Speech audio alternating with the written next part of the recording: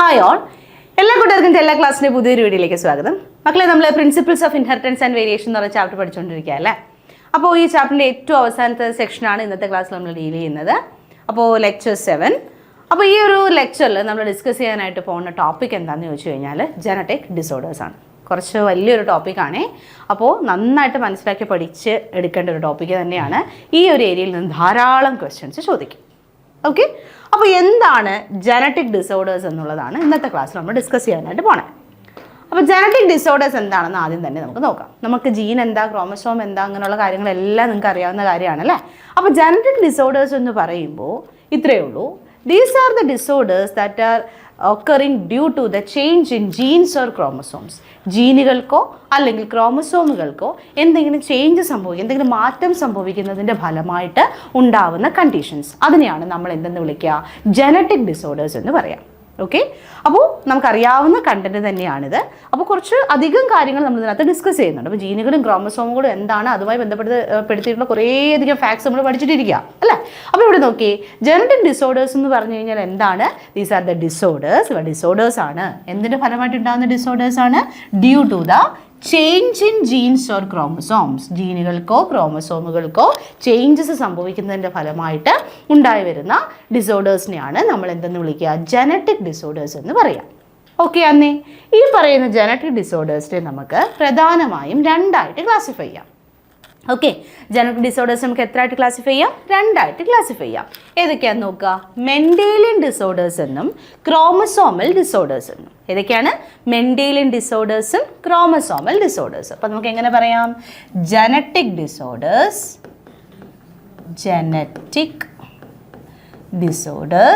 that can be classified into 2 അല്ലേ. Genetic disorders നമുക്ക് എത്രയായിട്ട് classify ചെയ്യാം? രണ്ടായിട്ട്. ഏതൊക്കെയാണ്? മെൻഡേലിയൻ ഡിസോർഡേഴ്സും ക്രോമസോമൽ ഡിസോർഡേഴ്സും. ഓക്കെ, അപ്പോൾ എന്താണ് മെൻഡേലിയൻ ഡിസോർഡർ എന്നുള്ളതും ക്രോമസോമൽ ഡിസോർഡർ എന്നുള്ളതും നമ്മൾ ഇനി പഠിക്കും. ജസ്റ്റ് ഇവരുടെ എക്സാമ്പിൾസ് മൊത്തത്തിൽ ഒന്ന് പറഞ്ഞു പോകാം. മെൻഡേലിയൻ ഡിസോർഡേഴ്സുമായി ബന്ധപ്പെടുത്തിയിട്ട് നിങ്ങൾ അറിഞ്ഞിരിക്കേണ്ട ഡിസോർഡേഴ്സ് ഏതൊക്കെയാണെന്ന് ചോദിച്ചാൽ haemophilia, colour blindness, thalassaemia, sickle cell anaemia, phenylketonuria and cystic fibrosis.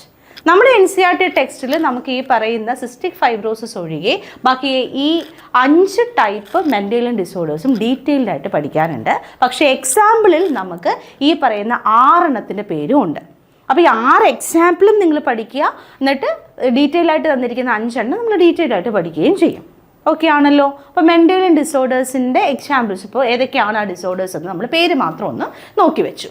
ഇനി നോക്കി, രണ്ടാമത്തെ സെക്ഷൻ എന്തായിരുന്നു? ക്രോമസോമൽ ഡിസോർഡേഴ്സ് അല്ലേ.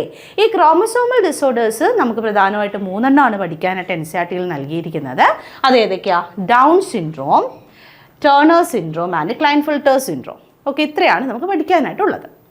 അപ്പോൾ മക്കളെ, ഇവ ഓരോന്നും നമ്മൾ ഡീറ്റെയിൽഡ് ആയിട്ട് പഠിക്കും ഇവിടെ. അപ്പോൾ നമ്മൾ പറഞ്ഞു ഇത്രയേ ഉള്ളൂ. ജനറ്റിക് ഡിസോർഡേഴ്സ് രണ്ടായി തരംതിരിക്കുന്നു, മെൻഡേലിയൻ ഡിസോർഡേഴ്സും ക്രോമസോമൽ ഡിസോർഡേഴ്സും. മക്കളെ, അതിൽ ആദ്യത്തെ സെക്ഷനാണ് മെൻഡേലിയൻ ഡിസോർഡേഴ്സ് എന്ന് പറയാം. അപ്പോൾ എന്താ ഈ മെൻഡേലിയൻ ഡിസോർഡേഴ്സ് എന്ന് നോക്കാം.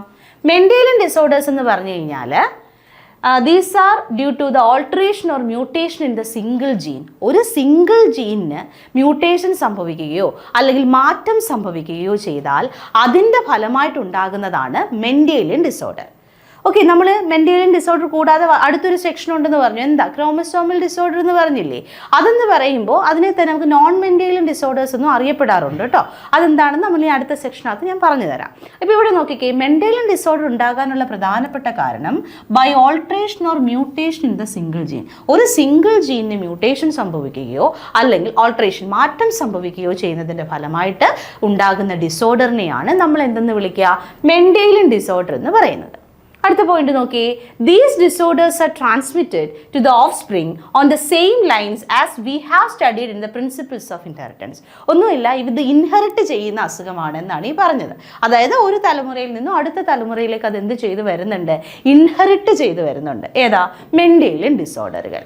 ഓക്കെ, അപ്പോൾ നമ്മൾ പ്രിൻസിപ്പിൾസ് ഓഫ് ഇൻഹെറിറ്റൻസ് എല്ലാം പഠിച്ച് ഏറ്റവും അവസാനം എത്തി. അപ്പോൾ എന്താണ് ഇൻഹെറിറ്റൻസും അതിൻ്റെ പ്രിൻസിപ്പിൾസും എല്ലാം നമുക്കറിയാവുന്ന കാര്യം അല്ലേ. അപ്പോൾ ഇവിടെ നോക്കിയിട്ട് ഈ പറയുന്ന മെൻറ്റേലിയൻ ഡിസോർഡേഴ്സ് എന്ത് ചെയ്യുമെന്നാണ് പറയുന്നത്, ഒരു തലമുറയിൽ നിന്നും അടുത്ത തലമുറയിലേക്ക് എന്ത് ചെയ്തിരിക്കും, ഓഫ്സ്പ്രിങ്ങിലേക്ക് അത് എന്ത് ചെയ്തിരിക്കും, ട്രാൻസ്മിറ്റ് ചെയ്യും.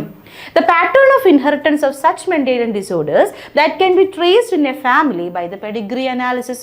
തൊട്ട് മുമ്പത്തെ ലെക്ചറിൽ നമ്മൾ പെഡിഗ്രി അനാലിസിസിനെ കുറിച്ച് വളരെ ഡീറ്റെയിൽ ആയിട്ട് പഠിച്ചതാണ് അല്ലേ.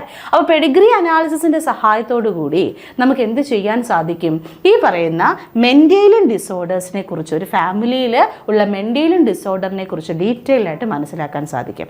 അതായത് ഒരു ഫാമിലി ട്രീ അല്ലെങ്കിൽ ഒരു പെഡിഗ്രി കണ്ടു കഴിഞ്ഞാൽ നമുക്ക് അതിൽ നിന്നും ഏത് ഡിസോർഡറിനെ കുറിച്ച് മനസ്സിലാക്കാമെന്നാണ് പറയുന്നത്, ആ ഫാമിലിയിൽ ഉള്ള മെൻറ്റേലിയൻ ഡിസോർഡറിനെ കുറിച്ച് നമുക്ക് ട്രേസ് ഔട്ട് ചെയ്യാം, മനസ്സിലാക്കി എടുക്കാനായിട്ട് സാധിക്കും. അപ്പോൾ ഒരു പെഡിഗ്രി ചാർട്ടിൻ്റെ ഒരു ഉപയോഗമായിട്ട് നമുക്ക് പറയാം, എന്ത് പറയാൻ പറ്റും, മെൻറ്റേലിയൻ ഡിസോർഡേഴ്സ് ഐഡൻറ്റിഫൈ ചെയ്യാനായിട്ട്, അല്ലെങ്കിൽ ഇന്ന തലമുറയിൽ ഇപ്പോൾ ഒരു മെൻ്റൽ ഡിസോർഡർ ഉണ്ട്, ഇനി അടുത്ത ഏത് തലമുറയിൽ അത് വരാം എന്നൊക്കെയുള്ള കാര്യങ്ങൾ നമുക്ക് എന്ത് ചെയ്യാൻ പറ്റും, നേരത്തെ മുൻകൂട്ടി പ്രെഡിക്റ്റ് ചെയ്യാൻ പോലും പറ്റും. ഓക്കെ, അപ്പോൾ ഈ പറയുന്ന പെഡിഗ്രി അനാലിസിസിൻ്റെ സഹായത്തോടു കൂടിയാണ് അതിന് സാധിച്ചത്. അപ്പോൾ എന്താണ് പെഡിഗ്രി എന്നുള്ളത് ഓൾറെഡി നമ്മൾ പഠിച്ചതാണ് അല്ലേ, ഫാമിലി ട്രീനെയാണ് നമ്മൾ പെഡിഗ്രി എന്ന് പറയുന്നത്. അപ്പോൾ ഇവിടെ നോക്കിക്കേ, മെൻറ്റേലിയൻ ഡിസോർഡർ എന്താണെന്നുള്ളൊരു ബേസിക് ഐഡിയ ആണ് ഇപ്പോൾ നിങ്ങൾക്ക് കിട്ടിയത്.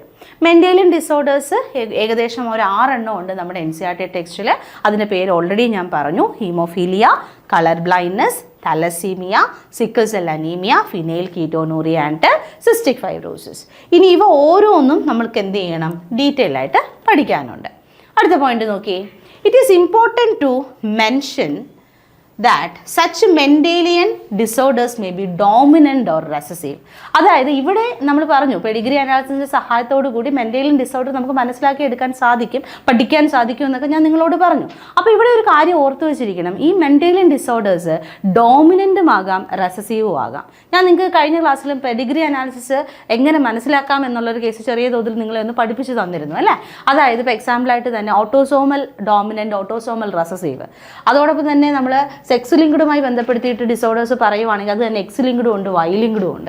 ആ എക്സ് ലിങ്ക്ഡ് തന്നെ പിന്നീട് നമ്മൾ നോക്കുകയാണെന്നുണ്ടെങ്കിൽ എക്സ് ലിങ്ക്ഡ് ഡോമിനൻറ്റും ഉണ്ട്, എക്സ് ലിങ്ക്ഡ് റെസസീവും ഉണ്ട് അല്ലേ.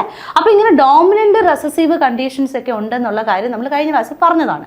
അപ്പോൾ ഇവിടെ മെൻറ്റേലിയൻ ഡിസോർഡേഴ്സിൻ്റെ കേസിൽ അത് തന്നെ എവിടെയും പറയുന്നത്, ഈ ഡിസോർഡറുകൾ എന്തൊക്കെയാകാം, ഡോമിനൻറ്റ് ടൈപ്പും അതോടൊപ്പം തന്നെ റെസസീവ് ടൈപ്പും ഒക്കെ ആകാം. ഏതാ, Mendelian ഡിസോർഡറുകൾ. By pedigree analysis, one can easily understand whether the trait in question is dominant or recessive. അതായത് ഒരു പെഡിഗ്രി അനാലിസിസിൻ്റെ സഹായത്തോടു കൂടി നൽകിയിരിക്കുന്ന ആ ഒരു പെർട്ടിക്കുലർ പെഡിഗ്രി ചാർട്ട് അല്ലെങ്കിൽ തന്നിരിക്കുന്ന പെഡിഗ്രി എന്ന് പറയുന്നത് ഡോമിനൻ്റ് ആണോ റെസസീവ് ആണോ നമുക്ക് വളരെ പെട്ടെന്ന് തന്നെ മനസ്സിലാക്കാം. കഴിഞ്ഞ ക്ലാസ്സിൽ ഞാൻ നിങ്ങളുടെ അടുത്ത് പറഞ്ഞു തന്നെയാണ്, ഡോമിനൻ്റ് ആയിട്ടുള്ള ഒരു പെഡിഗ്രി നമുക്ക് എങ്ങനെ കണ്ടുപിടിക്കാൻ പറ്റും എന്നുള്ളൊരു ഹിൻഡ് ഞാൻ പറഞ്ഞു തന്നതല്ലേ. ഫോർ എക്സാമ്പിൾ ഓട്ടോസോമൽ ഡോമിനൻ്റ് ഒക്കെ ആണെന്നുണ്ടെന്നുണ്ടെങ്കിൽ നമ്മളവിടെ എന്താ പറയുക, അതിനകത്തുള്ള ഓരോ ജനറേഷനകത്തും നമുക്ക് എന്ത് കാണാം, അപ്പോൾ ഒരു ജനറേഷൻ പോലും സ്കിപ്പ് ചെയ്യാതെ നമുക്ക് അതിനകത്ത് ഒരു ഇൻഡിവിജ്വലെങ്കിലും അഫക്റ്റഡ് ആയിരിക്കും. അതോടൊപ്പം തന്നെ റെസസീവ് ആണെങ്കിൽ എന്ത് സംഭവിക്കുമെന്ന് ഞാൻ നിങ്ങളോട് പറഞ്ഞു. അതിനകത്ത് എന്താ പറയുക, ഇതുപോലെ ജനറേഷൻ 1, ജനറേഷൻ 2, ജനറേഷൻ 3 ഇങ്ങനെ പല പല ജനറേഷൻസ് ഉണ്ടെങ്കിൽ ഏതെങ്കിലും ഒരു ജനറേഷൻ സ്കിപ്പ് ചെയ്ത് നമ്മൾ കാണുകയാണ്. ഒരു ജനറേഷനകത്ത് നമ്മൾ നോക്കിയപ്പം ഒരു ഇൻഡിവിജ്വൽ പോലും എന്താണ് അസുഖം കണ്ടില്ല എങ്കിൽ ഉറപ്പിച്ചോളൂ ആ ജനറേഷൻ സ്കിപ്ഡ് ആണ്. അപ്പോൾ സ്കിപ്ഡ് ആയിട്ട് നിങ്ങൾ കാണുവാണെങ്കിൽ ഉറപ്പിച്ചോളൂ അത് ഏതായിരിക്കും, റെസസീവ് ഡിസോർഡർ ആണ്.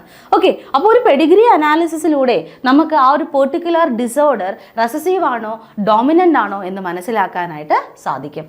Similarly, the trait may also be linked to the sex chromosomes in case of hemophilia. ഞാൻ നേരത്തെ നിങ്ങളോട് പറഞ്ഞു ഇതുപോലെ തന്നെ, ഇപ്പോൾ ഞാൻ ഓട്ടോസോമിനെ ബേസ് ചെയ്താണ് ഡോമിനൻ്റ് റെസസീവ് നിങ്ങളോട് പറഞ്ഞത്. ഇതുപോലെ തന്നെ സെക്സ് ലിങ്ക്ഡ് ക്രോമസോമുകളെ ബേസ് ചെയ്തും അവിടെ നമുക്ക് പറയാൻ പറ്റും ഓട്ടോസോമും അതോടൊപ്പം തന്നെ ഓട്ടോസോം അല്ല, സെക്സ് ലിങ്ക്ഡ് ക്രോമസോമിനെ ബന്ധപ്പെടുത്തി നമുക്ക് പറയാൻ പറ്റും എന്താണ്, 2 ടൈപ്പ് ഉണ്ട്, എക്സ് ലിങ്ക്ഡും വൈ ലിങ്ക്ഡും അല്ലേ. അതിൽ എക്സ് ലിങ്ക്ഡിനകത്ത് തന്നെ 2 ടൈപ്പ് ഉണ്ട്, ഡോമിനൻറ്റും റെസസീവും. ഓൾറെഡി ഞാൻ പറഞ്ഞത്. അപ്പോൾ അതും നമുക്ക് എന്താ പറയുക, ഈ ഒരു കണ്ടീഷൻ വഴി നമുക്ക് മനസ്സിലാക്കാനായിട്ട് സാധിക്കും. ഓക്കെ, ഹീമോഫീലിയ എന്നൊക്കെ പറയുന്ന അസുഖങ്ങൾ അല്ലെങ്കിൽ കണ്ടീഷൻ എന്ന് പറയുന്നത് എന്താണ്, ഇതുപോലെ നോക്കി ഇവിടെ പറയുന്നുണ്ട്, ഒരു സെക്സ് ലിങ്ക്ഡ് കണ്ടീഷനാണെന്ന് പറയുന്നുണ്ട്. It is evident that X-linked recessive trait shows transmission from carrier female to the male progeny. അതായത് X-linked recessive കണ്ടീഷൻ ഒരു പ്രത്യേകതയുണ്ട്. അതായത് ഹീമോഫീലിയ പോലെയുള്ള X-linked recessive ട്രൈറ്റുകൾക്ക് ഒരു പ്രത്യേകതയുണ്ട്. അത് കാരിയർ ഫീമെയിൽ നിന്നും എന്ത് സംഭവിക്കുകയാണ്, മെയിൽ പ്രൊജനിയിലേക്കായിരിക്കും, അതായത് മെയിൽ അല്ലെങ്കിൽ സണ്ണിലേക്ക്, അമ്മയിൽ നിന്നും സണ്ണിലേക്ക് അല്ലേ ആയിരിക്കും ആ ഒരു ഡിസോർഡറിൻ്റെ ട്രാൻസ്മിഷൻ നടക്കുന്നത്. ഓക്കെ, അത് എക്സ് ലിങ്ക്ഡ് റെസസീവ് ട്രേറ്റിൻ്റെ മാത്രം ഒരു പ്രത്യേകതയാണ്. ഓക്കെ, ഇപ്പോൾ ഇങ്ങനെയുള്ള ഓരോ ഡിസോർഡറിൻ്റെ ക്യാരക്ടറും നമ്മൾ ഈ മെൻറ്റേലിയം ഡിസോർഡേഴ്സ് എന്ന് പറഞ്ഞ ഈ ഒരു കാറ്റഗറിയിൽ ഡീറ്റെയിൽഡ് ആയിട്ട് ഡിസ്കസ് ചെയ്യുന്നുണ്ട്. അപ്പോൾ നമുക്കറിയാം മെൻറ്റേലിയം ഡിസോർഡറിനകത്ത് ഒരു 6 എക്സാമ്പിൾ പഠിക്കാനായിട്ടുണ്ടെന്ന് പറഞ്ഞില്ലേ? അതിൽ ഒന്നാമത്തെ എക്സാമ്പിളാണ്, അല്ലെങ്കിൽ ഒന്നാമത്തെ ഡിസോർഡർ, മെൻറ്റേലിയം ഡിസോർഡറിൽ തന്നെ നമുക്ക് പഠിക്കാനായിട്ടുള്ള ഒന്നാമത്തെ ഡിസോർഡറാണ് കളർ ബ്ലൈൻഡ്നെസ്. ഓക്കെ, അപ്പോൾ കളർ ബ്ലൈൻഡ്നെസ്സിനെ കുറിച്ച് നമുക്ക് ഡീറ്റെയിൽഡ് ആയിട്ട് നോക്കാം.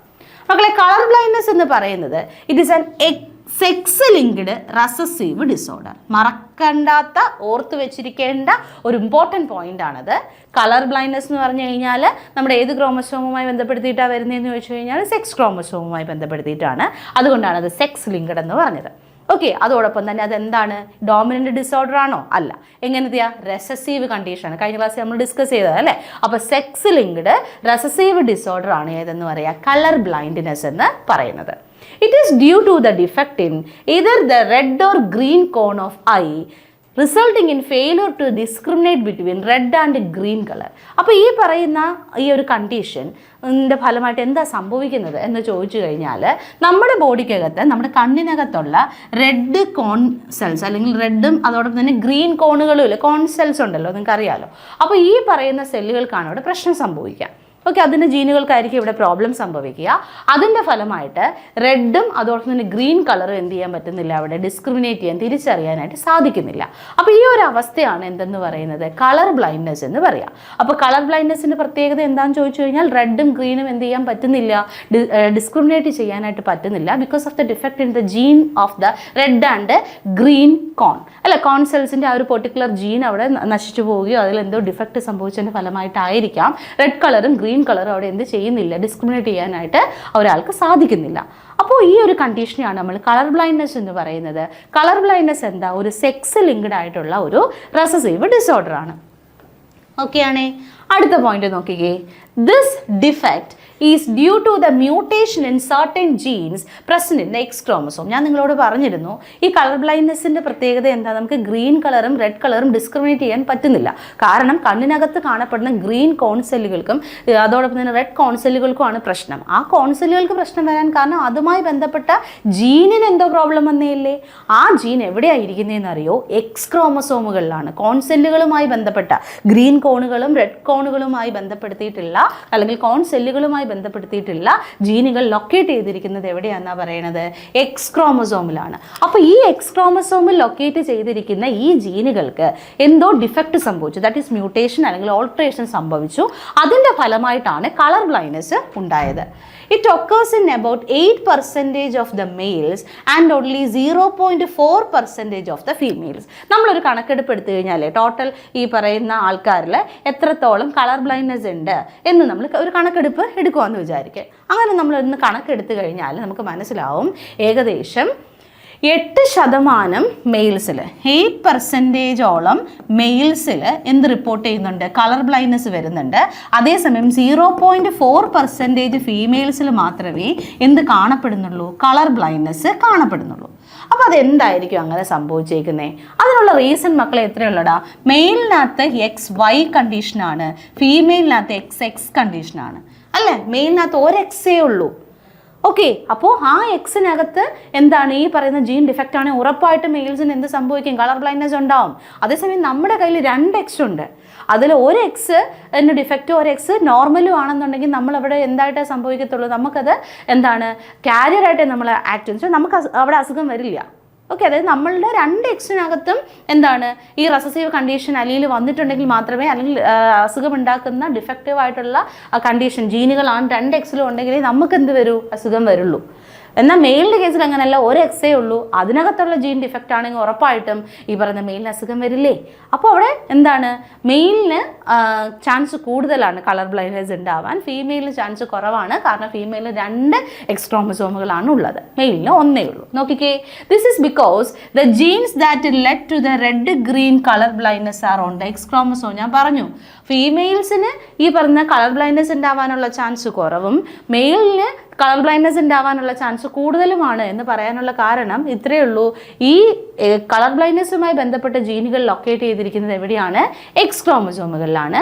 മെയിലിൽ ഒരൊറ്റ എക്സ് ക്രോമസോമും ഫീമെയിലിൽ 2 എക്സ് ക്രോമസോമുകളും ഉണ്ട്. നമുക്കറിയാവുന്ന കാര്യമാണ് അത്, അല്ലേ? ഇനി അടുത്ത പോയിന്റ് പറയുന്നത് നോക്കി, the son of a woman who carries the gene has a 50% chance of being colorblind. അതായത് ഇവിടെ പറയുന്നത് നോക്കുക, ഒരു സൺ എന്ന് വെച്ചാൽ മകൻ, അല്ലേ? ഒരു സ്ത്രീയുടെ മകന് എന്താണ്, who carries the gene has a 50% chance of being colour blind. അതായത് ഈ ഒരാൾക്ക്, അതായത് ഇവിടെ നോക്കിക്കേ, the son of a woman who carries the gene, അതായത് ഇവിടെ ആ ഒരു സണ്ണ് കളർ ബ്ലൈൻഡ് ആണ്, സണ്ണ് ഇവിടെ കളർ ബ്ലൈൻഡ് ആണ്, ഒരു വുമൻ്റെ സണ്ണ് കളർ ബ്ലൈൻഡ് ആണ്. കളർ ബ്ലൈൻഡ് ആണെന്ന് വെച്ച് കഴിഞ്ഞാൽ ഏകദേശം 50% കളർ ബ്ലൈൻഡ്. അതായത് ഒരു വുമണ് 2 ആൺകുട്ടികൾ ഉണ്ടെങ്കിൽ അതിൽ ഒരു ആൺകുട്ടിക്ക് ഉറപ്പായിട്ടും കളർ ബ്ലൈൻഡ്നെസ് വരും. അതെന്താ അങ്ങനെ എന്ന് ചോദിച്ചു കഴിഞ്ഞാൽ നോക്കിക്കേ, നമുക്ക് വേണമെങ്കിൽ അതൊന്ന് ചെയ്ത് നോക്കാം. ഓക്കെ, അപ്പോൾ ഒന്ന് ചെയ്ത് നോക്കിക്കഴിഞ്ഞാൽ നിങ്ങൾക്കത് മനസ്സിലാവും.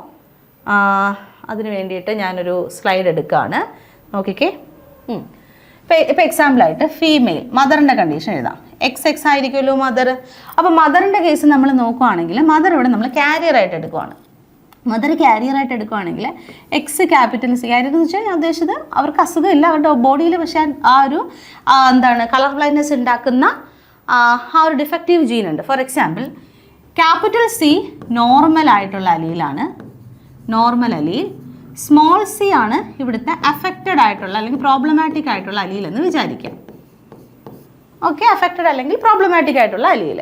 അപ്പോൾ ഇവിടെ നോക്കുക, ഫീമെയിൽ അല്ലെങ്കിൽ മദറിൻ്റെ കേസ് ഞാൻ ഇങ്ങനെ എഴുതി, ഒരെണ്ണം ഒരു എക്സിനകത്ത് നോർമലും ഒരു എക്സിനകത്ത് ഡിഫക്റ്റീവ് ആയിട്ടുള്ള അലീലും എന്നുള്ള രീതിയിൽ ഞാൻ റെപ്രസെൻ്റ് ചെയ്യുന്നു.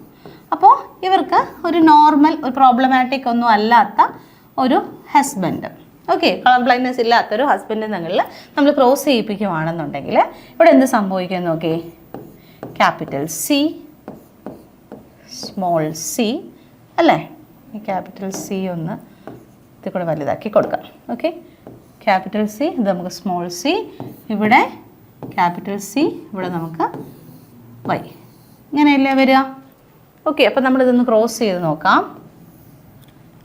X capital C, X capital C, X capital C Y, X capital C, X small C. ഇനി ഏത് വരും? X small C Y. അപ്പം ഇങ്ങനെയാണ് നമുക്ക് കിട്ടുന്നത്. ഓക്കെ, നമുക്ക് എന്തായാലും ഇവിടുത്തെ കുഞ്ഞുങ്ങൾ ആരൊക്കെയാണെന്ന് ജസ്റ്റ് ഒന്ന് എഴുതിയും കൂടി പോകാം. ഓക്കെ, ഇവിടെ നമുക്ക് കിട്ടുന്നത് എന്താണ്? X capital C, X capital C അല്ലേ? അപ്പം നോർമൽ ഫീമെയിൽ, കളർ ബ്ലൈൻഡ്നെസ് ഇല്ലാത്ത നോർമൽ ഫീമെയിൽ. ഓക്കെ, അല്ലെങ്കിൽ നോർമൽ ഫീമെയിലിനോ ഡോട്ടറിനോ നമുക്കവിടെ കൊടുക്കാം. ഇവിടെ എക്സ് ക്യാപിറ്റൽ സി വൈ ആണ്. അപ്പോൾ ഇവിടെ നോർമൽ മെയിൽ, പ്രോബ്ലം ഒന്നും ഇല്ലാത്ത അഫക്റ്റഡ് അല്ലാത്ത മെയിൽ. ഇവിടെ X capital C, X small C, അപ്പോൾ അഫക്റ്റഡ് ഫീമെയിൽ, അഫക്റ്റഡ് അല്ലല്ലോ, അഫക്റ്റഡ് അല്ല, നോർമലാണ്, നോർമൽ ഫീമെയിൽ. നോർമൽ എന്നോ അല്ല ക്യാരിയർ എന്നോ നമുക്ക് വേണമെങ്കിൽ ഇവിടെ പറയാം, കാരണം ഇത് ഡിഫക്റ്റീവ് ഉണ്ട് പക്ഷെ അവർക്ക് അസുഖമില്ല, അതുകൊണ്ടാണ് ഞാൻ നോർമൽ എന്ന് പറഞ്ഞത്. ഓക്കെ, ക്യാരിയർ എന്ന് പറഞ്ഞാലും മതി. ഇവിടുത്തെ ആണെങ്കിൽ സ്മോൾ സി ഉള്ളത് കൊണ്ട് നമുക്ക് പറയാം ഇത് അഫക്റ്റഡ് മെയിലാണ്, അഫക്റ്റഡ് മെയിൽ. അപ്പോൾ മക്കളെ ഇവിടെ നോക്കിക്കേ, ഇവിടെ പറഞ്ഞിരിക്കുന്ന നേരത്തെ പറഞ്ഞ എന്തായിരുന്നു, ഒരു സ്ത്രീക്ക് okay son of a woman who carries the gene has, അതായത് ഈ പറഞ്ഞ കളർ ബ്ലൈൻഡ്നെസ് ഉള്ള ജീൻ ആരുടെ കയ്യിലുണ്ട്? ഈ വുമൻ്റെ കയ്യിലുണ്ട്. അപ്പോൾ ആ വുമൺ ഉണ്ടാവുന്ന മക്കൾ അല്ലേ, ആ മക്കളിൽ ആൺകുട്ടികളിൽ, ആ വുമൺ ഉണ്ടാവുന്ന ആൺകുട്ടികളിൽ, ആ ആൺകുട്ടികളിൽ ആൺകുട്ടികളിൽ എന്താണ്, അല്ലെങ്കിൽ ആൺകുട്ടിക്ക് കളർ ബ്ലൈൻഡ്നെസ് ഉണ്ടാവാനുള്ള ചാൻസ് 50% എന്ന് പറഞ്ഞാൽ ഇത്രയേ ഉള്ളൂ. അവർക്ക് എത്ര ആൺകുട്ടികളുണ്ട്? ഇപ്പോൾ 2 ആൺകുട്ടികളുണ്ടെങ്കിൽ അതിൽ ഒരാൾക്ക് ഉറപ്പായിട്ടും എന്ത് വരും? കളർ ബ്ലൈൻഡ്നെസ് വരും. അപ്പോൾ ഇവിടെ നോക്കിയേ, നമ്മൾ ആ ക്രോസ് ഇപ്പോൾ ചെയ്ത് നോക്കിയപ്പോൾ എത്ര കുട്ടികളാണ് വന്നത്? 4 കുട്ടികൾ വന്നു, അതായത് 2 പെണ്ണും 2 ആണും എന്നുള്ള രീതിയിൽ വന്നു. അപ്പോൾ നമുക്കിവിടെ ആൺകുട്ടികളുടെ കേസ് നോക്കിയാൽ പോരെ. അപ്പോൾ 2 ആൺകുട്ടികൾ വന്നു, അതിൽ ഒരു ആൺകുട്ടി നോർമലായിട്ടും വന്നു, ഒരു ആൺകുട്ടി അഫക്റ്റഡ് ആയിട്ട് വന്നു. ഇത് തന്നെയല്ലേ ഞാൻ പറഞ്ഞേ, ഇവിടെ അഫക്റ്റഡ് മെയിൽ എന്ന് പറഞ്ഞാൽ കളർ ബ്ലൈൻഡ്നെസ് ഉള്ള മെയിൽ, അതായത് 50% ചാൻസ് ഉണ്ട് മെയിലിന് എന്താകാൻ, കളർ ബ്ലൈൻഡ്നെസ് ആകാൻ എന്നുള്ള കേസാണ് ഇപ്പോൾ നമ്മൾ തെളിയിച്ചത്. അതായത് ആ ഒരു സ്റ്റേറ്റ്മെൻറ്റ് ഞാൻ ജസ്റ്റ് ഒന്ന് വരച്ച് കാണിച്ചു എന്ന് മാത്രം, ക്രോസിലൂടെ കാണിച്ചു എന്ന് മാത്രം. ഓക്കെ, ഇനി നോക്കുക, the mother is not herself colour blind because the gene is recessive. കണ്ടോ, അവിടെ ആ ഒരു മദർ ഒരിക്കലും എന്തല്ല, കളർ ബ്ലൈൻഡ് അല്ല. കാരണം എന്താ, അവിടുത്തെ ജീൻ റെസസീവ് ആണെന്ന് പറയുന്നുണ്ടല്ലോ. അപ്പോൾ അവരെ കളർ ബ്ലൈൻഡ് അല്ല, നോർമൽ ആയിരിക്കും. That means that its effect is suppressed by her matching dominant normal gene. അപ്പോൾ ഇവിടെ നോക്കിക്കേ, ദാ ഇവിടെ ഈ മദറിൻ്റെ കേസിൽ ദാ ഇവിടെ ഒരു ക്യാപിറ്റൽ സി, ഇവിടെ ഒരു സ്മോൾ സി ഉണ്ട്. ക്യാപിറ്റൽ സി എന്ന് പറഞ്ഞാൽ നോർമലാണ്, സ്മോൾ സി ആണ് ഇവിടുത്തെ അഫക്റ്റഡ് ആയിട്ടുള്ള പ്രോബ്ലമാറ്റിക് ആയിട്ടുള്ള അലീലായിട്ട് നമ്മളിവിടെ പറഞ്ഞു, ജീൻ എന്ന് പറയുന്നത്. അല്ലല്ല, ജീനായിട്ട് നമ്മളിവിടെ എടുത്തത്. അപ്പോൾ ഇവിടെ ഈ ഡോമിനൻ്റ് ആയിട്ടുള്ള അലീൽ ഇയാൾ എന്ത് ചെയ്തു, സപ്രസ് ചെയ്ത് കളഞ്ഞു. ഈ ഡോമിനൻ്റ് ആയിട്ടുള്ള ക്യാപിറ്റൽ സി വരുന്ന എക്സ് സിയിൽ അത് എന്ത് ചെയ്തു, സ്മോൾ സീനെ എന്ത് ചെയ്തു, അവിടെ സപ്രസ് ചെയ്തു എന്നാണ് പറയുന്നത്. അപ്പോൾ ഇവർ ഈ പറയുന്ന ഫീമെയിൽ എന്തായി, അൺഅഫക്റ്റഡ് ആയി. ഫീമെയിൽ നോർമലാണ്. ഓക്കെ, മദർ ഇവിടെ നോർമലാണ്. പക്ഷേ ആ മദറിനുണ്ടായ മകൻ, എൻ്റെ ആൺമക്കളിൽ 2 പേരുണ്ടെങ്കിൽ അതിൽ ഒരാൾ നോർമലും ഒരാൾ അഫക്റ്റഡുമാണ്, കളർ ബ്ലൈൻഡ്നെസ് ഉള്ളതായിട്ട് മാറി. A daughter will not normally be color blind unless her mother is a carrier and her father is color blind. അടുത്ത നോക്കിക്കേ, ഡോട്ടർ എന്ത് ചെയ്യുന്ന വെച്ചാൽ, ഡോട്ടർ മകൾ will not be normally colour. സാധാരണഗതിയിൽ പെൺകുട്ടികൾ എന്ത് ചെയ്യാറില്ല, കളർ ബ്ലൈൻഡ് ആകാറില്ല unless her mother is a carrier and her father is colour blind. അതായത് ആ ഒരു പെൺകുട്ടി കളർ ബ്ലൈൻഡ് ആകണമെങ്കിൽ അവരുടെ ആ പെൺകുട്ടിയുടെ മദർ കാരിയറും ഫാദർ കളർ ബ്ലൈൻഡും ആയിരിക്കണം. അതായത് ഇപ്പോൾ ഞാൻ ഇവിടെ പറഞ്ഞില്ലേ, ഇവിടുത്തെ കേസിൽ നിങ്ങൾ നോക്കിക്കേ, ആക്ച്വലി ഈ ഒരു മദർ ആക്ച്വലി കാരിയർ ആണെന്ന് എനിക്ക് പറയാം. അൺഅഫക്റ്റഡ് ആണ്, പക്ഷെ ഇവർ കാരിയർ ആണ്. കാരണം അവരുടെ കയ്യിൽ ഈ ഡിഫക്റ്റീവ് ആയിട്ടുള്ള അലീൽ ഇരിപ്പുണ്ട്. അപ്പോൾ ഈ പറഞ്ഞ നോർമൽ ഫീമെയിൽ എന്ന് ഞാനിവിടെ എഴുതിയെങ്കിൽ ആക്ച്വലി ഇവർ നമുക്ക് കാരിയർ ആയിട്ട് പറയാം. കാരിയർ ആണ് കുറച്ചുകൂടി ആപ്റ്റ് വേർഡ്, കാരിയർ ആണേ. അപ്പോൾ ബാക്കിയൊക്കെ കറക്റ്റാണ്. ഓക്കെ, അപ്പോൾ ഇവിടെ പറഞ്ഞിരിക്കുന്നത് നോക്കിയേ മക്കളെ, ഇവിടെ പറഞ്ഞിരിക്കുന്ന ലാസ്റ്റ് സ്റ്റേറ്റ്മെൻറ്റ്, ഒരു പെൺകുട്ടി കളർ ബ്ലൈൻഡ് ആകണമെങ്കിൽ ആ പെൺകുട്ടിയുടെ അമ്മ കാരിയറും അച്ഛൻ എന്തായിരിക്കണം, കളർ ബ്ലൈൻഡും ആയിരിക്കണം. അപ്പം നമുക്കൊന്ന് എഴുതാം, അമ്മയുടെ കേസ് എഴുതാം. അമ്മ കാരിയർ ആകണമെന്നല്ലേ, കാരിയർ ആകുമ്പോൾ ക്യാപിറ്റൽ സി സ്മോൾ സി. പിന്നെ എന്താ പറഞ്ഞേ, അച്ഛൻ കളർ ബ്ലൈൻഡ് ആകണമെന്ന് പറഞ്ഞു. അച്ഛൻ കളർ ബ്ലൈൻഡ് ആകണമെങ്കിൽ capital C small C Y അല്ലേ. അപ്പോൾ ഇത് നമുക്കൊന്ന് ക്രോസ് ചെയ്ത് നോക്കാം. അപ്പോൾ നമുക്ക് ഡോട്ടർ കളർ ബ്ലൈൻഡ്നെസ് ഉള്ളതാണെന്നൊന്ന് കിട്ടുന്നതെന്ന് നോക്കാം. അപ്പോൾ നമ്മൾ ഇതിൻ്റെ ഗമേറ്റ് എഴുതുന്നു. ഓക്കെ, ഗമേറ്റ് എഴുതുന്നത് സ്മോൾ സി ആണേ, ഇത് ക്യാപിറ്റൽ വൈ. ഓക്കെ, നമ്മളിത് എന്ത് ചെയ്യുന്നു, ക്രോസ് ചെയ്യുന്നു. ക്രോസ് ചെയ്യാം. അപ്പോൾ എന്ത് കിട്ടും, X capital C X small C. ഇനി അടുത്ത ഏതാ, ഇതും അല്ലേ. അപ്പോൾ എക്സ് ക്യാപിറ്റൽ സി വൈ. ഇനി ഇതും. അപ്പോൾ നമുക്ക് കിട്ടുന്നത്, അപ്പോൾ നമുക്ക് ലഭിക്കുന്നത് എന്തായിരുന്നു, X small C X small C. ഇനി ഇതും. അപ്പോൾ എക്സ് സ്മോൾ സി വൈ. അപ്പോൾ നമുക്ക് കിട്ടിയ കുഞ്ഞുങ്ങൾ ആരൊക്കെയാണെന്ന് ജസ്റ്റ് നമുക്കൊന്ന് എഴുതാം. ഇത് നോക്കി, രണ്ടും വരുന്നുണ്ട്. ഇത് കാരിയർ ഫീമെയിൽ ആയിട്ട് എഴുതാം, അല്ലെങ്കിൽ നോർമലാണ്, പക്ഷെ കാരിയർ ആയിട്ടാണ് ആക്ട് ചെയ്യുക. Carrier female. ഇവിടെയോ normal mail.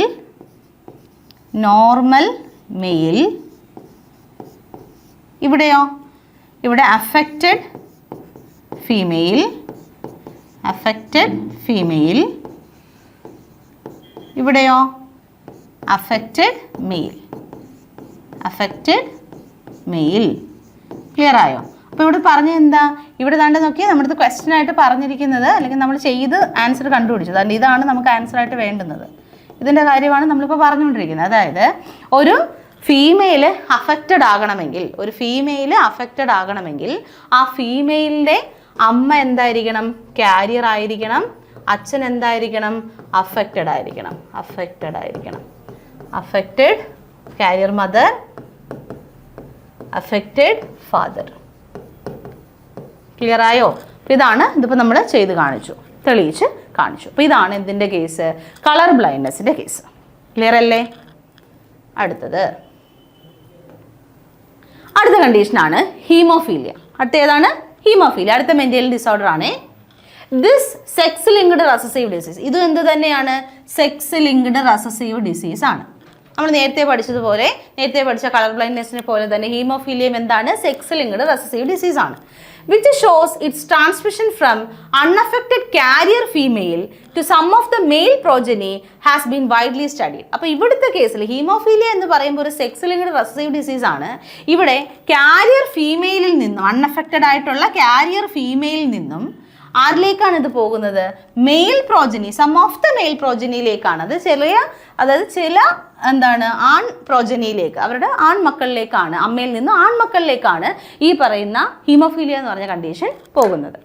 In this disease, a single protein that is a part of the cascade of proteins involved in the clotting of blood is affected.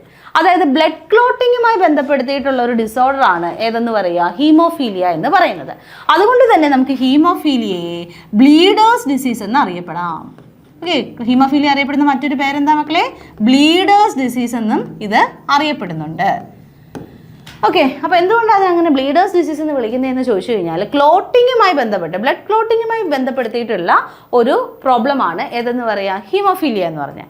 അപ്പോൾ haemophilia എന്ന് പറയുന്ന ഈ ഒരു അസുഖത്തിൻ്റെ ഒരു പ്രത്യേകത എന്താണെന്ന് നോക്കിയേ. A single protein that is a part of the cascade of proteins involve in the clotting of blood is affected. അതായത് ഈ ഒരു ബ്ലഡ് ക്ലോട്ടിങ്ങുമായി ബന്ധപ്പെടുത്തിയിട്ട് ധാരാളം പ്രോട്ടീൻസ് ആവശ്യമായിട്ടുണ്ട്. ഓക്കെ, അതായത് ഒരു എന്താ പറയുക, ഒരു കാസ്കേഡ് റിയാക്ഷൻ ആണ് ആക്ച്വലി എന്തെന്ന് പറയുക? ഈ ബ്ലഡ് ക്ലോട്ടിംഗ് എന്ന് പറയുന്ന പ്രോസസ്സ്. കാസ്കേഡ് റിയാക്ഷൻ എന്ന് പറഞ്ഞാൽ എന്താ?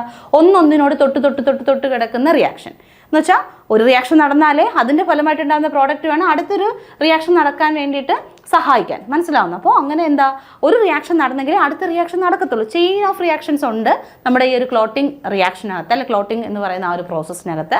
അപ്പോൾ ഈ ഒരു ചെയിൻ ഓഫ് റിയാക്ഷൻ നടക്കണമെങ്കിൽ ആദ്യത്തെ ഫസ്റ്റ് റിയാക്ഷൻ നടന്നാലേ സെക്കൻഡ് നടക്കും, സെക്കൻഡ് നടന്നാലേ തേർഡ് നടക്കും, തേർഡ് നടന്നാലേ ഫോർത്ത് നടക്കും, കംപ്ലീറ്റ് നടക്കത്തുള്ളൂ. മനസ്സിലാവുന്നു? അപ്പോൾ ഇങ്ങനെയുള്ള റിയാക്ഷനാണ് കാസ്കേഡ് റിയാക്ഷൻ എന്ന് പറയാം. അപ്പോൾ നമ്മുടെ ബ്ലഡ് ക്ലോട്ടിംഗ് എന്ന് പറയുന്ന പ്രോസസ്സ്, നമ്മുടെ ബോഡിയിൽ നടക്കുന്ന ബ്ലഡ് ക്ലോട്ടിംഗ് പ്രോസസ്സ് ഇതുപോലുള്ള കാസ്കേഡ് റിയാക്ഷൻ ആണെന്ന് പറയാം. അപ്പോൾ ഈ ഒരു കാസ്കേഡ് റിയാക്ഷനകത്ത് ധാരാളം പ്രോട്ടീൻസ് ഇൻവോൾവ് ആണ്. അപ്പോൾ ഇവിടെ നോക്കി, ഇതിനകത്ത് നോക്കുക, a single protein that is a part of cascade of protein involve in the clotting of blood is affected. Due to this in an affected individual a simple cut will result in non stop bleeding. അതായത് ഞാനിപ്പോൾ പറഞ്ഞു, ഇപ്പോൾ ഒരു cascade reaction അല്ലേ, അപ്പോൾ അതിനകത്ത് ഒരു protein എന്ത് സംഭവിക്കുക? ആ പ്രോട്ടീൻ ഉണ്ടാവുന്നില്ല. ആ പ്രോട്ടീനുമായി ബന്ധപ്പെട്ട് ജീൻ എന്തെങ്കിലും തകരാറ് സംഭവിച്ചു, ആ പ്രോട്ടീൻ ഉണ്ടാവുന്നില്ല. അപ്പോൾ ആ പ്രോട്ടീൻ ഉണ്ടെങ്കിലേ ബാക്കിയുള്ള റിയാക്ഷൻ നടക്കൂ. അപ്പോൾ ആ ബ്ലഡ് ക്ലോട്ടിംഗ് റിയാക്ഷൻ കംപ്ലീറ്റ് ആവുമോ? നടക്കുമോ പിന്നെ നമ്മുടെ ബോഡിയിൽ? ഇല്ല. അപ്പോൾ ഒരു ചെറിയൊരു മുറിവുണ്ടായാൽ ആ മുറിവിലൂടെ എന്ത് സംഭവിച്ചുകൊണ്ടേയിരിക്കും? ബ്ലഡ് ഊസ് ഔട്ട് ചെയ്തുകൊണ്ടേയിരിക്കത്തില്ലേ? ബ്ലഡ് ഇങ്ങനെ പൊക്കോണ്ടേയിരിക്കത്തില്ലേ? ബ്ലഡ് ക്ലോട്ട് ആവുമോ? ഇല്ല, അല്ലേ? അപ്പോൾ ഒരു സിംഗിൾ ജീനിന് വരുന്നൊരു ഒരു ഡിഫക്റ്റാണ് ഈ പറയുന്ന ഹീമോഫീലിയ.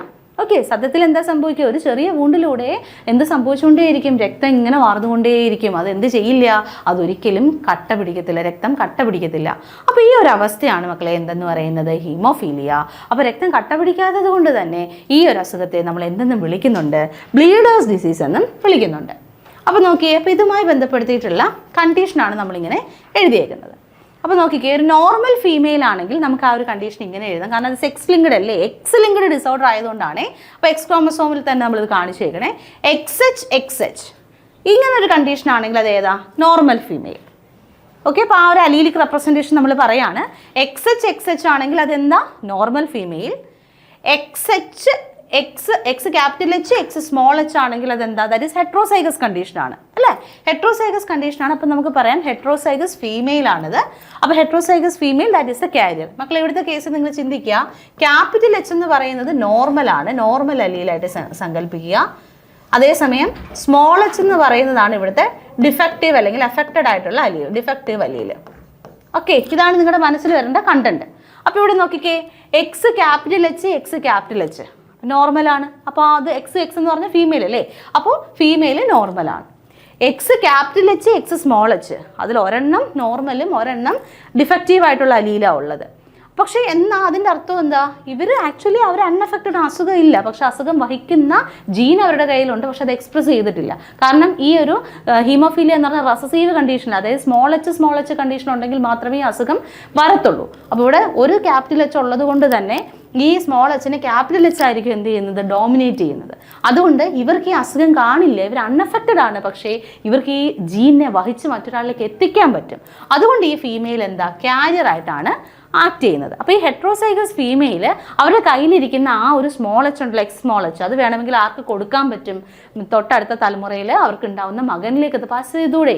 അതുകൊണ്ട് അമ്മയിൽ നിന്നും മകനിലേക്ക് ഇത് വരും എന്നുള്ള കേസ് ഞാൻ പറഞ്ഞത്, കൂടുതൽ ചാൻസ്. ഓക്കെ, അടുത്ത് നോക്കുക, എക്സ് സ്മോൾ എച്ച്. അപ്പോൾ ഡിഫക്റ്റീവ് അലീലാണ് അവിടെ വന്നിരിക്കുന്നത്.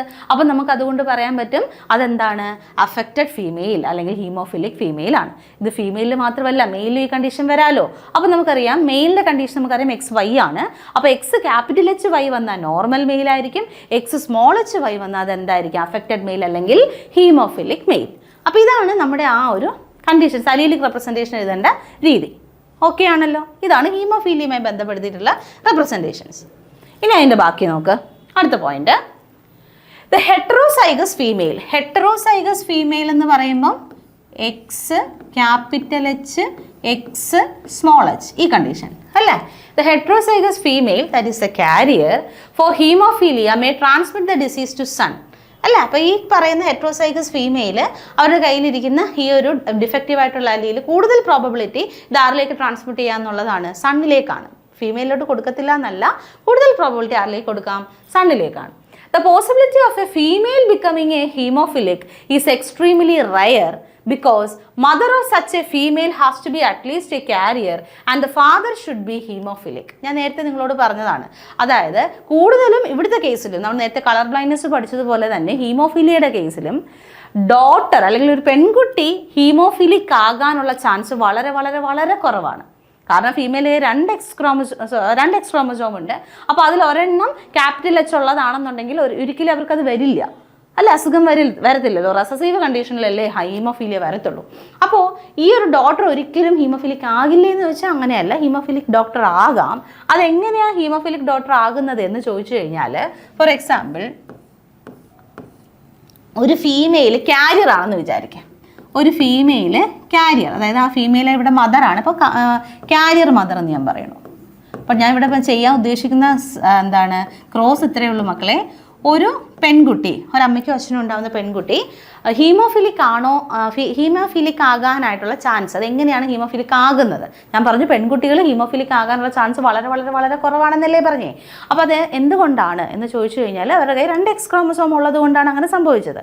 ഇപ്പോൾ ഒരു പെൺകുട്ടി ഹീമോഫിലിക് ആണെന്ന് ഞാൻ പറയുവാണെങ്കിൽ ഉറപ്പിച്ചോളൂ അതിൻ്റെ അമ്മ ക്യാരിയറും അച്ഛൻ ഹീമോഫിലിക്കും ആയിരിക്കും. അപ്പോൾ ഞാൻ നിങ്ങൾക്ക് അതൊന്ന് ചെയ്ത് കാണിച്ചു തരാം. നോക്കിക്കേ, ക്യാരിയർ മദർ, ഒരു ഹീമോഫിലിക് ആയിട്ടുള്ള ഫാദർ, ഹീമോഫിലിക്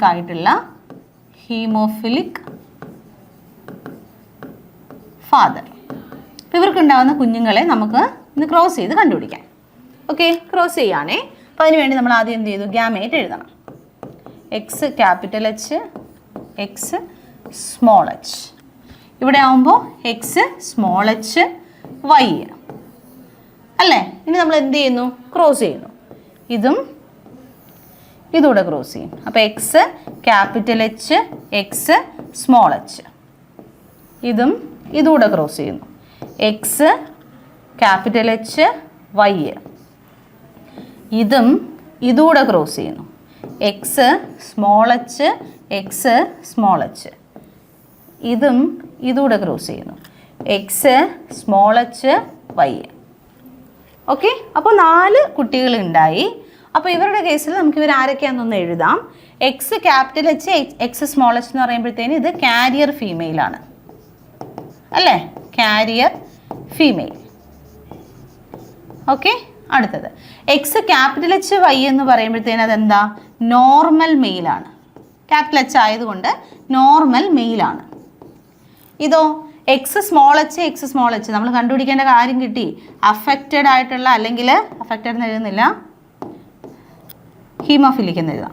ഹീമോഫിലിക് ആയിട്ടുള്ള ഫീമെയിൽ, ഹീമോഫിലിക് ഫീമെയിൽ. ഇതോ ഹീമോഫിലിക് മെയിൽ, ഹീമോഫിലിക് മെയിൽ.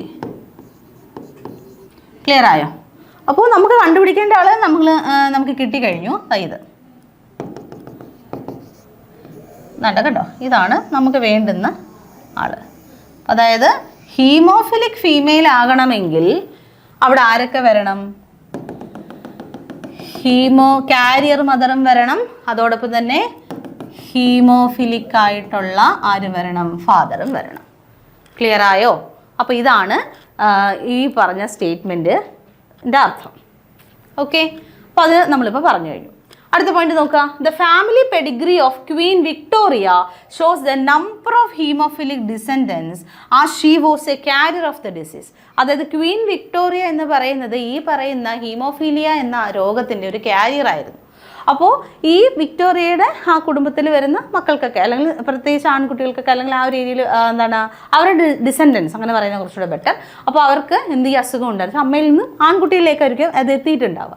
അപ്പോൾ ഈ പറയുന്ന ക്വീൻ വിക്ടോറിയ ഈ ഒരു അസുഖത്തിൻ്റെ, ഹീമോഫീലിയ എന്ന അസുഖത്തിൻ്റെ കാരിയർ ആയതുകൊണ്ട് തന്നെ നമ്മുടെ ഈ ഹീമോഫീലിയ എന്ന അസുഖത്തിന് മറ്റൊരു പേരും കൂടിയുണ്ട് കേട്ടോ. ഹീമോഫീലിയ അറിയപ്പെടുന്ന മറ്റൊരു പേരാണ് റോയൽ ഡിസീസ്, രാജകീയ രോഗം എന്നും എന്തിനെ അറിയപ്പെടുന്നുണ്ട്, ഹീമോഫീലിയയെ അറിയപ്പെടുന്നുണ്ട്. ബ്ലീഡേഴ്സ് ഡിസീസ് എന്നും അത് അറിയപ്പെടുന്നുണ്ട്, റോയൽ ഡിസീസ് എന്നും അറിയപ്പെടുന്നുണ്ട്. ക്ലിയർ ആണോ? അപ്പോൾ ഇതാണ് ഹീമോഫീലിയയെക്കുറിച്ച് നിങ്ങൾക്ക് പഠിക്കാനായിട്ട് ഉള്ളത്. മക്കളെ, ഇനി അടുത്തതാണ് sickle cell anaemia. Sickle cell അനീമിയയെ കുറിച്ച് പറയുന്നത് നോക്കിക്കേ. This is an autosome linked recessive trait. മക്കളെ ഇതൊന്ന് ശ്രദ്ധിക്കണേ. നമ്മൾ നേരത്തെ പഠിച്ച കളർ ബ്ലൈൻഡ്നെസ്സും അതോടൊപ്പം തന്നെ ഹീമോഫീലിയയും നമ്മൾ സെക്സ് ലിങ്ക്ഡ് റെസസീവ് എന്നാണ് പഠിച്ചു വന്നത്. എന്നാൽ ഇവിടെ കണ്ടോ, സിക്കിൾ സെൽ അനീമിയ എന്ന് പറയുന്നത് ഓട്ടോസോം ലിങ്ക്ഡ് റെസസീവ് ട്രേറ്റ് ആണ്. അപ്പോൾ ആ വ്യത്യാസങ്ങൾ നന്നായിട്ട് നോട്ട് ചെയ്ത് പഠിക്കുന്നത്. ഓട്ടോസോമുമായി ബന്ധപ്പെട്ടതാണ്, ഓട്ടോസോമുമായി ബന്ധപ്പെട്ട ഒരു കണ്ടീഷനാണ് സിക്കിൾ സെൽ അനീമിയ. ഓക്കെ, അപ്പോൾ ഓട്ടോസോം ലിങ്ക്ഡ് റെസസീവ് ട്രേറ്റ് ആണ്. And it can be transmitted from parents to the offspring when both the partners are carrier for the gene. അതായത് ഇത് പാരൻസിൽ നിന്നും ഓഫ്സ്പ്രിങ്ങിലേക്കാണ് ഇത് എത്തുന്നത്. അപ്പോൾ ഇവിടുത്തെ കേസിൽ പ്രത്യേകത എന്താണെന്ന് ചോദിച്ചു കഴിഞ്ഞാൽ, രണ്ട് പാർട്ട്നേഴ്സും ഫാദറായും മദറും അവിടെ എന്തായിരിക്കണം, കാരിയർ ആണെങ്കിൽ ഉറപ്പായിട്ട് അത് ഈ പറയുന്ന കണ്ടീഷൻ ആരിലേക്ക് എത്തും, മക്കളിലേക്ക് എത്തും, ഓഫ്സ്പ്രിങ്സിലേക്ക് എത്തും. The disease is controlled by a single pair of allele HBA and HBS.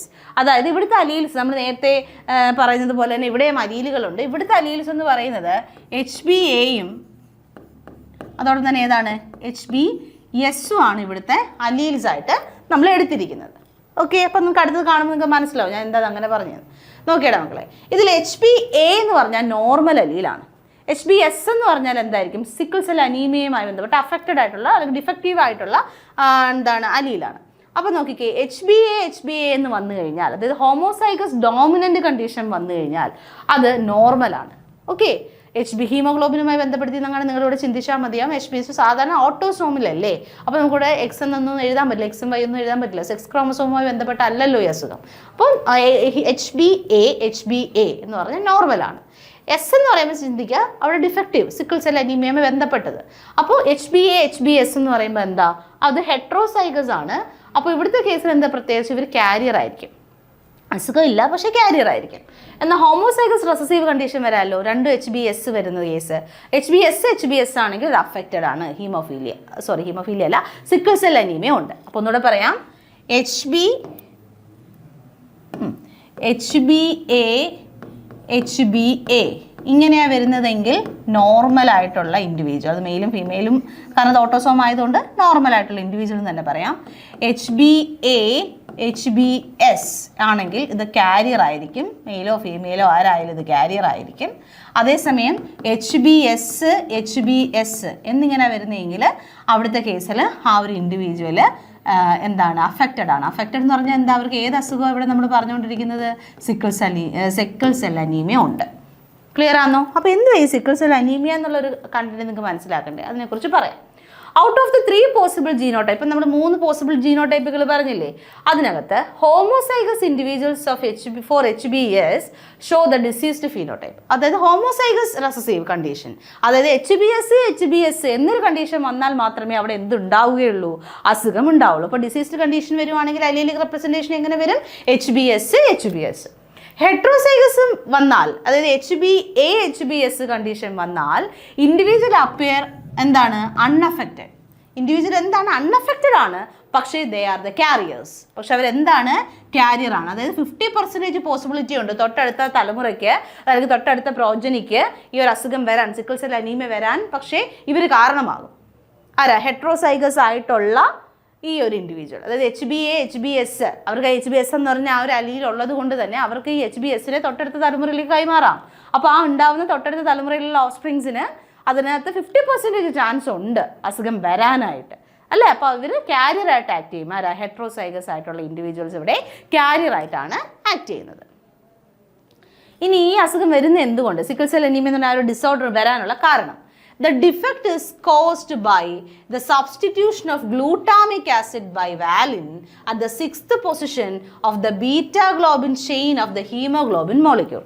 അതായത് ഹീമോഗ്ലോബിൻ മോളിക്യൂളിൻ്റെ സ്ട്രക്ചർ നമ്മൾ പഠിച്ചിട്ടുണ്ട്, അല്ലേ? അപ്പോൾ ഹീമോഗ്ലോബിൻ മോളിക്യൂളിൻ്റെ സ്ട്രക്ചർ നമ്മൾ പറയുമ്പോൾ അതിനൊരു ക്വാട്ടേണറി സ്ട്രക്ചറാണ്. 2 ആൽഫ സബ് യൂണിറ്റും 2 ബീറ്റ സബ് യൂണിറ്റും അതിനുണ്ട്. അപ്പോൾ ഇവിടെ നോക്കിയേ, ഹീമോഗ്ലോബിൻ മോളിക്യൂളിൻ്റെ ബീറ്റാ ഗ്ലോബിൻ ചെയിനിൻ്റെ 6ാമത്തെ പൊസിഷനിൽ ഗ്ലൂട്ടാമിക് ആസിഡിന് പകരം വാലിൻ എന്ന അമിനോ ആസിഡാണ് അവിടെ വരുന്നത്. അങ്ങനെ വരുമ്പോൾ ഗ്ലൂട്ടാമിക് ആസിഡ് ഇരിക്കുന്നതിൻ്റെ പൊസിഷനിൽ ആരാ വന്നിരുന്നത്? വാലിൻ എന്ന് പറയുന്ന അമിനോ ആസിഡ്. അപ്പോൾ അതിനനുസരിച്ചുള്ള മാറ്റം ഉറപ്പായിട്ടും ഉണ്ടാവില്ലേ? അതവിടെ സംഭവിച്ചേ.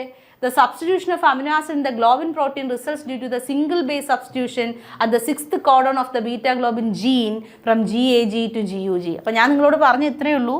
എന്താ സംഭവിച്ചത്?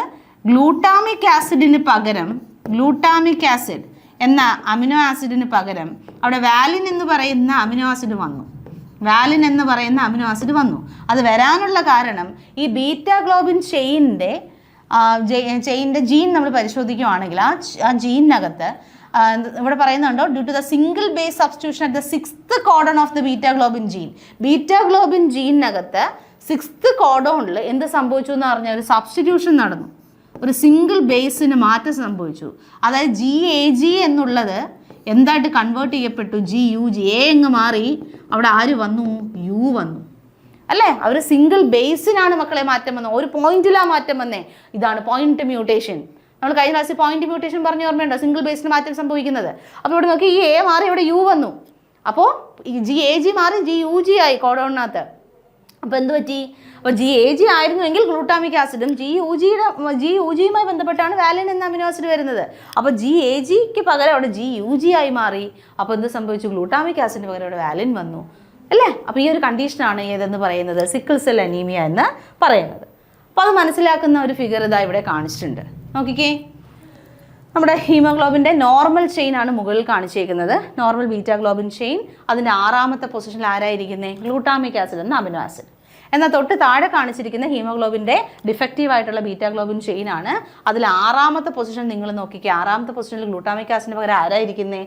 വാലിനാണ്, അല്ലേ? അപ്പോൾ ഈ ഒരു സംഭവം നടക്കാനുള്ള കാരണം എന്തായിരുന്നു? GAG is converting into GUG. അതായത് സിംഗിൾ ബേസ് സബ്സ്റ്റിറ്റ്യൂഷൻ. എക്ക് പകരം ഇവിടെ യു വന്നു, അല്ലേ? അപ്പോൾ അവിടെ എന്ത് സംഭവിച്ചു? ഗ്ലൂട്ടാമിക് ആസിഡിന് പകരം വാലിൻ എന്ന അമിനോ ആസിഡ് സബ്സ്റ്റിറ്റ്യൂട്ട് ചെയ്യപ്പെട്ടു. ഓക്കെ, അപ്പോൾ ഇതിൻ്റെ ഫലമായിട്ട് ഹീമോഗ്ലോബിന് മാറ്റം സംഭവിക്കുക. എന്താ നോക്കാം. The mutant haemoglobin molecule undergoes polymerisation, undergo low oxygen tension, causing the change in the shape of the RBC from become biconcave disc to elongated sickle cell structure. അപ്പോൾ ഈ ഒരു മാറ്റത്തിൻ്റെ ഫലമായിട്ട് എന്ത് സംഭവിക്കുമെന്ന് പറയുന്നത് അവിടെ ഒരു ഓക്സിജൻ്റെ അളവ് വളരെ വളരെ വളരെ അങ്ങ് കുറയും. ഓക്സിജൻ കാരണം വെച്ചാൽ ഹീമോഗ്ലോബിൻ ഇത്രയധികം മാറ്റം സംഭവിക്കും. അപ്പോൾ അതിൻ്റെ ഫലമായിട്ട് ഇവിടെ എന്താ സംഭവിക്കുന്നതെന്ന് അറിയാമോ? നമ്മുടെ ആ ഒരു RBCയുടെ ഷേപ്പ് ഇല്ലേ, RBCയുടെ ഷേപ്പ് ബൈകോൺകേവ് ഡിസ്ക് ഷേപ്പിൽ നിന്നും സിക്കിൾ ഷേപ്പിലേക്ക്, അരിവാളിൻ്റെ ഷേപ്പിലോട്ട് മാറും. നമ്മുടെ RBCയുടെ ഷേപ്പ് ബൈകോൺകേവ് ഡിസ്ക് ഷേപ്പാണ്. ആ ഒരു ഷേപ്പിൽ നിന്ന് എങ്ങോട്ടേക്ക് കൺവേർട്ട് ചെയ്യപ്പെടും? സിക്കിൾ ഷേപ്പിലേക്ക്, അരിവാളിൻ്റെ ഷേപ്പിലേക്ക് മാറും. ഓക്കെ, അപ്പോൾ അങ്ങനെ മാറുമ്പോഴത്തേനും കൃത്യമാർന്ന അളവിന് നമുക്ക് ഓക്സിജനെ ക്യാരി ചെയ്യാൻ പറ്റാതെ വരും. കാരണം ഡിസ്ക് ഷേപ്പ്, ആ ഷേപ്പ് അങ്ങ് മാറിയില്ലേ. അപ്പോൾ അത്രത്തോളം ആരെ ക്യാരി ചെയ്യാൻ പറ്റില്ല? ഓക്സിജനെ ക്യാരി ചെയ്യാനായിട്ട് നമ്മുടെ RBCക്ക് പറ്റത്തില്ല. അപ്പോൾ നോക്കിക്കേടാ, ഇവിടെ നോർമൽ ഹീമോഗ്ലോബിൻ ദാണ്ട് ഇവിടെ കാണിച്ചിട്ടുണ്ട്. അപ്പോൾ നമ്മുടെ നോർമൽ RBCയുടെ സെല്ല് നിങ്ങൾക്ക് അവിടെ കാണാം. അതേസമയം അബ്നോർമൽ ആയിട്ടുള്ള ഹീമോഗ്ലോബിൻ ആകുമ്പോൾ അത് കണ്ടോ, അതിനകത്ത് ഒരുപാട് മാറ്റം. നമ്മുടെ ഷേപ്പ്, RBCയുടെ ഷേപ്പും എന്തോ ചെയ്യും, കണ്ടോ? ഈ അരിവാള് പോലെ നിങ്ങൾക്ക് ഇവിടെ കാണാൻ പറ്റും. അരിവാള് പോലെ എന്ത് സംഭവിച്ചു? ഇവിടെ സിക്കിൾ സെൽ ഷേപ്പിൽ RBC മാറി, അല്ലേ? അപ്പോൾ എന്ത് പറ്റുന്നേ, നമ്മുടെ ബ്ലഡ് വെസൽസിനകത്തൂടെ ഇങ്ങനെ RBC ഒഴുകുവാണെങ്കിൽ RBC ഒന്ന് ഇങ്ങനെ കൂട്ടമായിട്ട് വന്ന് ഇങ്ങനെ കിടക്കാനും ചാൻസ് ഉണ്ട്, ബ്ലഡ് ഒഴുകാതിരിക്കാനുള്ള ചാൻസ് ഉണ്ട്, ബ്ലഡ് കട്ട പിടിക്കാൻ വേണമെങ്കിൽ ഇങ്ങനെ വന്ന് ക്ലംപ് ചെയ്ത് കിടക്കുമ്പോൾ അവിടെ തന്നെ ക്ലോട്ട് ഫോം ചെയ്യാനോ അല്ലെങ്കിൽ അതുമായി ബന്ധപ്പെട്ട് ബ്ലഡ് ഫ്ലോവിനെ ബാധിക്കാനും ഒക്കെ ചാൻസ് ഉണ്ട്. ഓക്സിജൻ്റെ അളവ് ഓൾറെഡി എന്ത് ചെയ്യും, കുറയും. കാരണം ഇവിടുത്തെ കേസിൽ RBCയുടെ ആ ഒരു പെർട്ടിക്കുലർ ഷേപ്പ് തന്നെ മാറിയില്ലേ. RBCയുടെ ഷേപ്പ് എന്ന് പറഞ്ഞാൽ ബൈക്കോൺകേവ് ഡിസ്ക് ഷേപ്പ് ആയിരുന്നു, അത് എങ്ങോട്ടേക്ക് മാറി, സിക്കിൾ ഷേപ്പിലേക്ക് കൺവേർട്ട് ചെയ്യപ്പെട്ടു. അതായത് ഈ ഒരു പെർട്ടിക്കുലർ പോയിന്റിലുള്ള ഒരു മാറ്റമാണ്, പോയിന്റ് മ്യൂട്ടേഷനാണ് ആക്ച്വലി ഇവിടെ നടന്നത്. ഓക്കെ, അപ്പോൾ ഇതാണ് sickle cell anaemia, autosome linked recessive trait ആണിത്. മക്കളെ ഇനി അടുത്ത മെൻഡേലിയൻ ഡിസോർഡർ, നാലാമത്തെ അല്ലെങ്കിൽ നമ്മൾ ആദ്യം പഠിച്ചതായിരുന്നു കളർ ബ്ലൈൻഡ്നസ്, പിന്നെ ഹീമോഫീലിയ, പിന്നെ ഇപ്പോൾ സിക്കിൾ സെൽ അനീമിയ. അപ്പോൾ നാലാമത്തെ കണ്ടീഷൻ, നാലാമത്തെ മെൻഡേലിയൻ ഡിസോർഡറിൻ്റെ പേരാണ് ഫിനൈൽ കീറ്റോണൂറിയ. എന്താണ് പേര്? ഫിനൈൽ കീറ്റോണൂറിയ. ഇതും ഇമ്പോർട്ടൻ്റ് ആണ്, വളരെ വളരെ ഇമ്പോർട്ടൻ്റ് ആണ്. നോക്കിക്കേ, it is an inborn error of metabolism, it is also inherited as the autosomal recessive trait. ഈ 2 പോയിന്റ് വളരെ ഇമ്പോർട്ടൻ്റ് ആണ്, മറക്കരുത്. അതായത് ഇത് ഓട്ടോസോമുമായി ബന്ധപ്പെട്ട റെസസീവ് ഡിസോർഡർ ആണ്. നമ്മൾ തൊട്ട് മുമ്പ് പഠിച്ച സിക്കിൾ സെൽ അനീമിയ പോലെ ഇതും ഓട്ടോസോമൽ റെസസീവ് ഡിസീസ് ആണ്, അല്ലെങ്കിൽ ഡിസീസ്ഡ് കണ്ടീഷനാണ്, ട്രൈറ്റ് ആണെന്ന് പറയാം. ഇവിടുത്തെ അടുത്തൊരു പ്രത്യേകത ഉണ്ടോ, it is inborn error of metabolism. അതായത് നമ്മുടെ മെറ്റബോളിസത്തിനാണ് ഇവിടെ പ്രശ്നം വരുന്നത്, ജനിക്കുമ്പോൾ തന്നെ ഇവിടെ മെറ്റബോളിസത്തിനാണ് ഇവിടെ പ്രോബ്ലം വരുന്നത്. അപ്പോൾ അതെന്താണെന്ന് നോക്കണം. ഇൻബോൺ എറർ ഓഫ് മെറ്റബോളിസം നമ്മൾ വേറെ എവിടെയും പഠിച്ചില്ല, ഈ ഒരു ഫിനൈൽ കീറ്റോണൂറിയയിൽ മാത്രമാണ് നമ്മുടെ മെറ്റബോളിക് ആക്ടിവിറ്റീസിൽ എറർ സംഭവിക്കുകയാണ്. അപ്പോൾ നോക്കിക്കേ, the affected individual lakhs an enzyme that converts the amino acid phenyl alanine into tyrosine. അതായത് നമ്മുടെ മെറ്റബോളിക് ആക്ടിവിറ്റീൻ്റെയൊക്കെ ഫലമായിട്ട് നമ്മുടെ ബോഡിക്കകത്ത് ഉള്ള അമിനോ ആസിഡായ ഫിനൈൽ അലാനിനെ ടൈറോസിനാക്കി മാറ്റുന്ന ഒരു എൻസൈം ഉണ്ട്. ഫിനൈൽ അലാനിൻ ഹൈഡ്രോക്സിലേസ് എന്ന് പറയുന്ന ഒരു എൻസൈം ഉണ്ട്. ആ എൻസൈം ഈ അസുഖമുള്ള ഫിനൈൽ കീറ്റോണൂറിയ എന്ന അസുഖമുള്ള ആളിൽ കാണില്ല. അപ്പോൾ എന്താ പറഞ്ഞേക്കുന്നത്, ഫിനൈൽ അലാനിൻ എന്തായിട്ട് കൺവേർട്ട് ചെയ്യപ്പെടണം നമ്മുടെ ബോഡിയിൽ, ടൈറോസിൻ. ശ്രദ്ധിക്കണം, തൈറോക്സിൻ അല്ല, ടൈറോസിൻ. ടൈറോസിനായിട്ട് നമ്മുടെ ബോഡിയിൽ കൺവേർട്ട് ചെയ്യപ്പെടണം. അതിന് നമ്മളെ ഒരു എൻസൈം എന്ത് ചെയ്യുന്നുണ്ട്, സഹായിക്കുന്നുണ്ട് അല്ലേ. അപ്പോൾ ഒരു എൻസൈം വന്നിട്ട് ഫിനൈൽ അലാനിനെ ടൈറോസിനാക്കി മാറ്റുന്നുണ്ട്. ഇതാണ് നടക്കുന്നത്. പക്ഷേ ഈ ഫിനൈൽ കീറ്റോണൂറിയ എന്ന കണ്ടീഷനുള്ള ആളിൽ എന്ത് സംഭവിക്കുന്നു, ഈ പറയുന്ന എൻസൈം കാണത്തില്ല, ഈ എൻസൈം കാണത്തില്ല.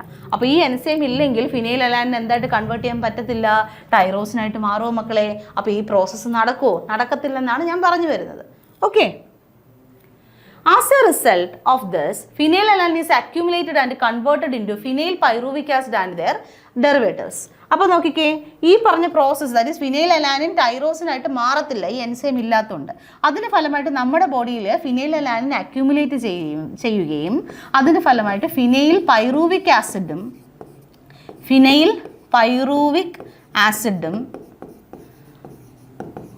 മറ്റ് ഡെറിവേറ്റീവുകളും ഡെറിവേറ്റീവുകളും ഫോം ചെയ്യാൻ തുടങ്ങും. സത്യത്തിൽ മാറേണ്ടത് എന്താ, ടൈറോസിനായിട്ടാണ് മാറേണ്ടത്, പക്ഷെ നടക്കുന്നില്ല, എൻസൈം ഇല്ലാത്തത് കൊണ്ട്. അപ്പോൾ ഫിനൈൽ അലാനിൻ നമ്മുടെ ബോഡിയിൽ എന്ത് ചെയ്യാൻ തുടങ്ങി, അക്യൂമുലേറ്റ് ചെയ്യാൻ തുടങ്ങി. അപ്പോൾ അക്യൂമുലേറ്റ് ചെയ്യുന്ന ഏത് ഫോമില, ഫിനൈൽ പൈറുവിക് ആസിഡും അതിൻ്റെ മറ്റ് ഡെറിവേറ്റീവുകൾ എന്ന ഫോമിൽ. Okay, accumulation of these in brain results in mental retardation. ഈ അക്യൂമുലേഷൻ എവിടെയാണ് നടക്കുന്നത്, ബ്രെയിനിലാണ് നടക്കുന്നതെങ്കിൽ അത് നമുക്ക് മെൻ്റൽ റിട്ടാർഡേഷൻ, ബുദ്ധിമാന്ദ്യം അങ്ങനെയുള്ള കാര്യങ്ങളിലേക്കൊക്കെ പോകും. These are also excreted through urine because of its poor absorption by kidney. പിന്നെന്താ പറയുന്നത്, നമ്മുടെ കിഡ്നിക്ക് ഇത് കൃത്യമാർന്ന രീതിയിൽ അബ്സോർബ് ചെയ്യാനോ അല്ലെങ്കിൽ അത് യൂട്ടിലൈസ് ചെയ്യാനൊന്നും പറ്റത്തില്ല. അപ്പോൾ എന്തോ ചെയ്ത് കൂടുതലായിട്ടും യൂറിൻ വഴി എന്ത് ചെയ്യും, ഇവ പുറത്തേക്ക് കളയാനും നമ്മുടെ ബോഡി ശ്രമിക്കും. ഓക്കെ, അപ്പോൾ മെൻ്റൽ റിട്ടാർഡേഷൻ ഉണ്ടാകുന്നത് എന്തുകൊണ്ടാണ്, ബ്രെയിനിൽ ഈ പറയുന്ന ഫിനൈൽ പൈറുവിക് ആസിഡും മറ്റ് ഡെറിവേറ്റീവ്സും വന്ന് അടിഞ്ഞുകൂടും, അതിൻ്റെ ഫലമായിട്ടാണ്. അപ്പോൾ ഇതിനെയാണ് നമ്മൾ എന്തെന്ന് പറയുക, ഫിനൈൽ കീറ്റോൺയൂറിയ എന്ന് പറയുന്നത്. ഓക്കെ, അപ്പോൾ അത് എന്തുകൊണ്ടാണെന്ന് ചോദിച്ചു കഴിഞ്ഞാൽ നമ്മുടെ ബോഡിക്കകത്ത് ഒരു പെർട്ടിക്കുലർ ജീൻ, അതായത് ഒരു എൻസൈം ഉണ്ടാക്കുന്ന ജീനിന് എന്തോ ഡിഫക്റ്റ്. ഓക്കെ, അതായത് മക്കളെ ഈ ഒരു റിയാക്ഷൻ ഞാൻ എഴുതിയില്ലേ, ഈ ഒരു റിയാക്ഷൻ, ഈ എൻസൈം ഫിനൈൽ അലാനിൻ ഹൈഡ്രോക്സിലേസ് ആണ് ഇവിടുത്തെ എൻസൈം. അത് നിങ്ങളുടെ ടെക്സ്റ്റ് ഇല്ലാത്തത് കൊണ്ട് ഞാൻ ഇവിടെ പറഞ്ഞില്ല എന്ന് മാത്രം. അപ്പോൾ ഈ എൻസൈം ഉണ്ടാക്കുന്ന ജീനിനാണ് ആക്ച്വലി മക്കളെ പ്രോബ്ലം. ഈ ജീനിന് എന്തോ പ്രോബ്ലം. ഓക്കെ, അപ്പോൾ ആ ജീൻ എന്തോ പ്രോബ്ലം. അപ്പോൾ ആ ജീൻ എന്ത് ചെയ്യുന്നില്ല, ഈ എൻസൈം ഉണ്ടാക്കുമോ, ഈ എൻസൈം ഉണ്ടാക്കില്ല. ഓക്കെ, ആ എൻസൈം വരുന്നില്ല. ഓക്കെ, അത് നിങ്ങൾ വായിച്ചേക്കാം ഇവിടെ. അപ്പോൾ ഈ ഒരു എൻസൈം അവരെന്ത് ചെയ്യിപ്പിക്കുന്നില്ല, അതായത് ഈ ജീൻ എന്ത് ചെയ്യണമായിരുന്നു, എൻസൈം ഉണ്ടാക്കണമായിരുന്നു. ഈ ജീനിന് പ്രോബ്ലം ഉണ്ട്, അപ്പോൾ ജീൻ എന്ത് ചെയ്യാൻ പറ്റത്തില്ല, എൻസൈം ഉണ്ടാക്കാൻ പറ്റത്തില്ല. ഈ എൻസൈം വരാത്തതുകൊണ്ട് ഫിനൈലലൈൻ എന്താവില്ല, ടൈറോസിൻ ആവില്ല. ഓക്കെ, അപ്പോൾ ഫിനൈലലൈൻ ബോഡിയിൽ അക്യുമുലേറ്റ് ചെയ്യും. ഫിനൈൽ പൈറുവിക് ആസിഡും മറ്റ് ഡെറിവേറ്റീവുകളുമായിട്ട് അന്നേരം അത് കൂടുതൽ അക്യുമുലേറ്റ് ചെയ്യുന്ന ബ്രെയിനിലാണ്, മെൻ്റൽ റിട്ടാർഡേഷന് കാരണമാകും. ഇത് നമ്മുടെ ബോഡിയിൽ നിന്നും പുറത്തേക്ക് കളയുന്നത് യൂറിനിലൂടെയൊക്കെ കളയാനായിട്ട് ശ്രമിക്കുന്നുണ്ട് നമ്മുടെ ബോഡി. ഓക്കെ, അപ്പോൾ ഇതാണ് ഫിനൈൽ കീറ്റോൺ യൂറിയ. ഓക്കെ, ഇനി അടുത്ത മെൻഡേലിയൻ ഡിസോർഡർ. അടുത്ത മെൻഡേലിയൻ ഡിസോർഡറിൻ്റെ പേരാണ് താലസീമിയ. അടുത്ത കണ്ടീഷൻ്റെ പേരെന്താണ്, താലസീമിയ. അപ്പം ഈ താലസീമിയെ കുറിച്ച് നമുക്കിനി ഡീറ്റെയിൽ ആയിട്ട് നോക്കാം. നോക്കിക്കേ, this is an autosome linked recessive blood disease. അത് നമ്മൾ തൊട്ട് മുമ്പ് പഠിച്ചതുപോലെ തന്നെ ഇതും എന്ത് തന്നെയാണ്, ഓട്ടോസോം ലിങ്ക്ഡ് റെസസീവ് ഡിസീസ് ആണ്. It is transmitted from parents to the offspring when both the partners are unaffected carrier for the gene. അതായത് ഇത് പാരൻസിൽ നിന്നും കുഞ്ഞുങ്ങളിലേക്ക് എത്തുന്നുണ്ട്, സന്താനങ്ങളിലേക്ക് എത്തുന്നുണ്ട്. അവിടെ രണ്ട് പാരൻസും കാരിയേഴ്സ് ആയിരിക്കും, heterozygous കണ്ടീഷനിലായിരിക്കും. The defect could be due to either mutation or deletion, which ultimately results in reduced rate of synthesis of one of the globin chains that make up hemoglobin. അതായത് ഇവിടെ നോക്കിക്കേ, ഇവിടെ പറയുന്നത് ഈ ഒരു താലസീമിയ ഉണ്ടാകാനുള്ള കാരണം ഒന്നുകിൽ മ്യൂട്ടേഷൻ അല്ലെങ്കിൽ ഡെലീഷൻ ആയിരിക്കും. ഓക്കെ, അതായത് ജീനുകളുമായി ബന്ധപ്പെടുത്തിയിട്ട് ഇവിടെ ഒന്നുകിൽ മ്യൂട്ടേഷനോ അതല്ലെങ്കിൽ ഡെലീഷനോ നടക്കുകയും അതിൻ്റെ ഫലമായിട്ട് എന്ത് സംഭവിക്കുക, ഈ ഒരു ഗ്ലോബിൻ ചെയിൻ, ആ ഒരു ഇൻഡിവിജ്വലിൽ ഉണ്ടാകുന്ന ഗ്ലോബിൻ ചെയിൻ, ആൽഫ ചെയിനും ബീറ്റ ചെയിനും ഉണ്ടെന്ന് നേരത്തെ ഹീമോഗ്ലോബിൻ്റെ കേസ് പറഞ്ഞു തന്നു. അപ്പോൾ ഹീമോഗ്ലോബിൻ്റെ ആൽഫ ചെയിനും ബീറ്റ ചെയിനും ഒക്കെ ഉണ്ടാക്കുന്നതിൻ്റെ അളവ് എന്ത് ചെയ്യും, ബോഡിയിൽ കുറയും. ആ ഇൻഡിവിജ്വൽസിൽ ഡിഫക്റ്റ് ഉണ്ടാവുന്നതാണ്. മ്യൂട്ടേഷനോ അല്ലെങ്കിൽ ഡെലീഷൻ്റെയൊക്കെ ഫലമായിട്ട് ജീനുകൾക്ക് മാറ്റം സംഭവിക്കുന്നു. അതിൻ്റെ ഫലമായി ഹീമോഗ്ലോബിൻ്റെ ആ ചെയിനുകളിലെ ആൽഫ ചെയിൻ ബീറ്റ ചെയിൻ അത് ഉണ്ടാക്കുന്ന ആ ഒരു അളവ് എന്ത് ചെയ്യുന്നു, കുറയുന്നു. അപ്പോൾ അതാണ് നമ്മൾ ഈ ഒരു താലസീമിയയുടെ റീസൺ. അടുത്ത പോയിന്റ് നോക്കിക്കേ, this causes the formation of abnormal hemoglobin molecules resulting into anemia, which is characteristic feature of this disease. അതായത് നേരത്തെ പറഞ്ഞതുപോലെയുള്ള മാറ്റങ്ങൾ എന്തിന് കാരണമായി തീരുമെന്നാണ് പറയുന്നത്, അബ്നോർമൽ ആയിട്ടുള്ള ഹീമോഗ്ലോബിൻ മോളിക്യൂൾസ് ഫോം ചെയ്യാൻ കാരണമാകും. അതിൻ്റെ ഫലമായിട്ട് ആ ഒരു ഇൻഡിവിജ്വലിൽ അനീമിയ ഉണ്ടാവും, വിളർച്ച നമ്മൾ പറയില്ലേ, അനീമിക് ആയിട്ട് മാറും. Thalassemia can be classified according to which chain of the hemoglobin molecule is affected. അതായത് താലസീമിയ നമുക്ക് പ്രധാനമായിട്ടും രണ്ടായിട്ട് ഡിവൈഡ് ചെയ്യാൻ പറ്റും കേട്ടോ. അപ്പോൾ അതെന്താ അങ്ങനെ പറഞ്ഞതെന്ന് ചോദിച്ചു കഴിഞ്ഞാൽ, ഏത് ഹീമോഗ്ലോബിൻ ചെയിനാണോ പ്രോബ്ലം വന്നത് അതിനെ ബേസ് ചെയ്തിട്ടാണ് നമ്മൾ ഈ പറഞ്ഞ താലസീമിയയെ ഡിവൈഡ് ചെയ്ത് പഠിക്കുന്നത്. അപ്പം നോക്കിക്കേ, അത് തന്നെ രണ്ട് തരത്തിലുണ്ട്. അത് ഇവിടെ തന്നെ അങ്ങ് എഴുതി വെച്ച് ഇത് പറയാം. ആൽഫ താലസീമിയ, പിന്നെ ഏതാ, ബീറ്റ താലസീമിയ. അപ്പോൾ താലസീമിയ നമുക്ക് രണ്ടായി തരംതിരിക്കാം. ഏത് ഹീമോഗ്ലോബിൻ ചെയിനാണോ ഡിഫക്റ്റ് സംഭവിച്ചത് അതിനെ ബേസ് ചെയ്ത്. അപ്പോൾ ഏതൊക്കെ വരും, ആൽഫ താലസീമിയയും വരും, ബീറ്റ താലസീമിയയും വരും. ആൽഫ താലസീമിയയെ കുറിച്ച് നോക്കിക്കേ. In alpha thalassaemia the production of alpha globin chain is affected. Alpha താലസീമിയയിൽ ഏത് ഗ്ലോബിൻ ചെയിനായിരിക്കും പ്രോബ്ലം വരിക, ആൽഫ ഗ്ലോബിൻ ചെയിനായിരിക്കും പ്രോബ്ലം വരിക. അതേസമയം ബീറ്റ താലസീമിയയുടെ കേസ് നമ്മൾ എടുക്കുകയാണെങ്കിൽ, എടുത്തു കഴിഞ്ഞാൽ ഇത് production of beta globin chain is affected. അപ്പോൾ രണ്ട് തരത്തിലുള്ള താലസീമിയ ഉണ്ട്, ആൽഫ താലസീമിയയും ബീറ്റ താലസീമിയയും. ആൽഫ താലസീമിയയിൽ ആൽഫ ഗ്ലോബിൻ ചെയിൻ ആയിരിക്കും അഫക്റ്റഡ്, ബീറ്റ താലസീമിയയിൽ ബീറ്റ ഗ്ലോബിൻ ചെയിൻ ആയിരിക്കും അഫക്റ്റഡ്. ക്ലിയർ അല്ലേ? ഇനി ആൽഫ താലസീമിയെ കുറിച്ച് നോക്കിക്കേ. Alpha thalassaemia is controlled by 2 closely linked genes. Alpha thalassaemia control ചെയ്യുന്നത് രണ്ട് ക്ലോസ്ലി ലിങ്ക് ചെയ്ത ജീനുകളാണ്. അപ്പോൾ ജീനുകളുടെ പേര് പഠിക്കണം. HbA1ഉം HbA2ഉം. ഈ രണ്ട് ജീനുകളും നമുക്ക് കാണാൻ സാധിക്കുന്നത് ക്രോമസോം 16-നകത്താണ്, ക്രോമസോം നമ്പർ 16-നകത്താണ്.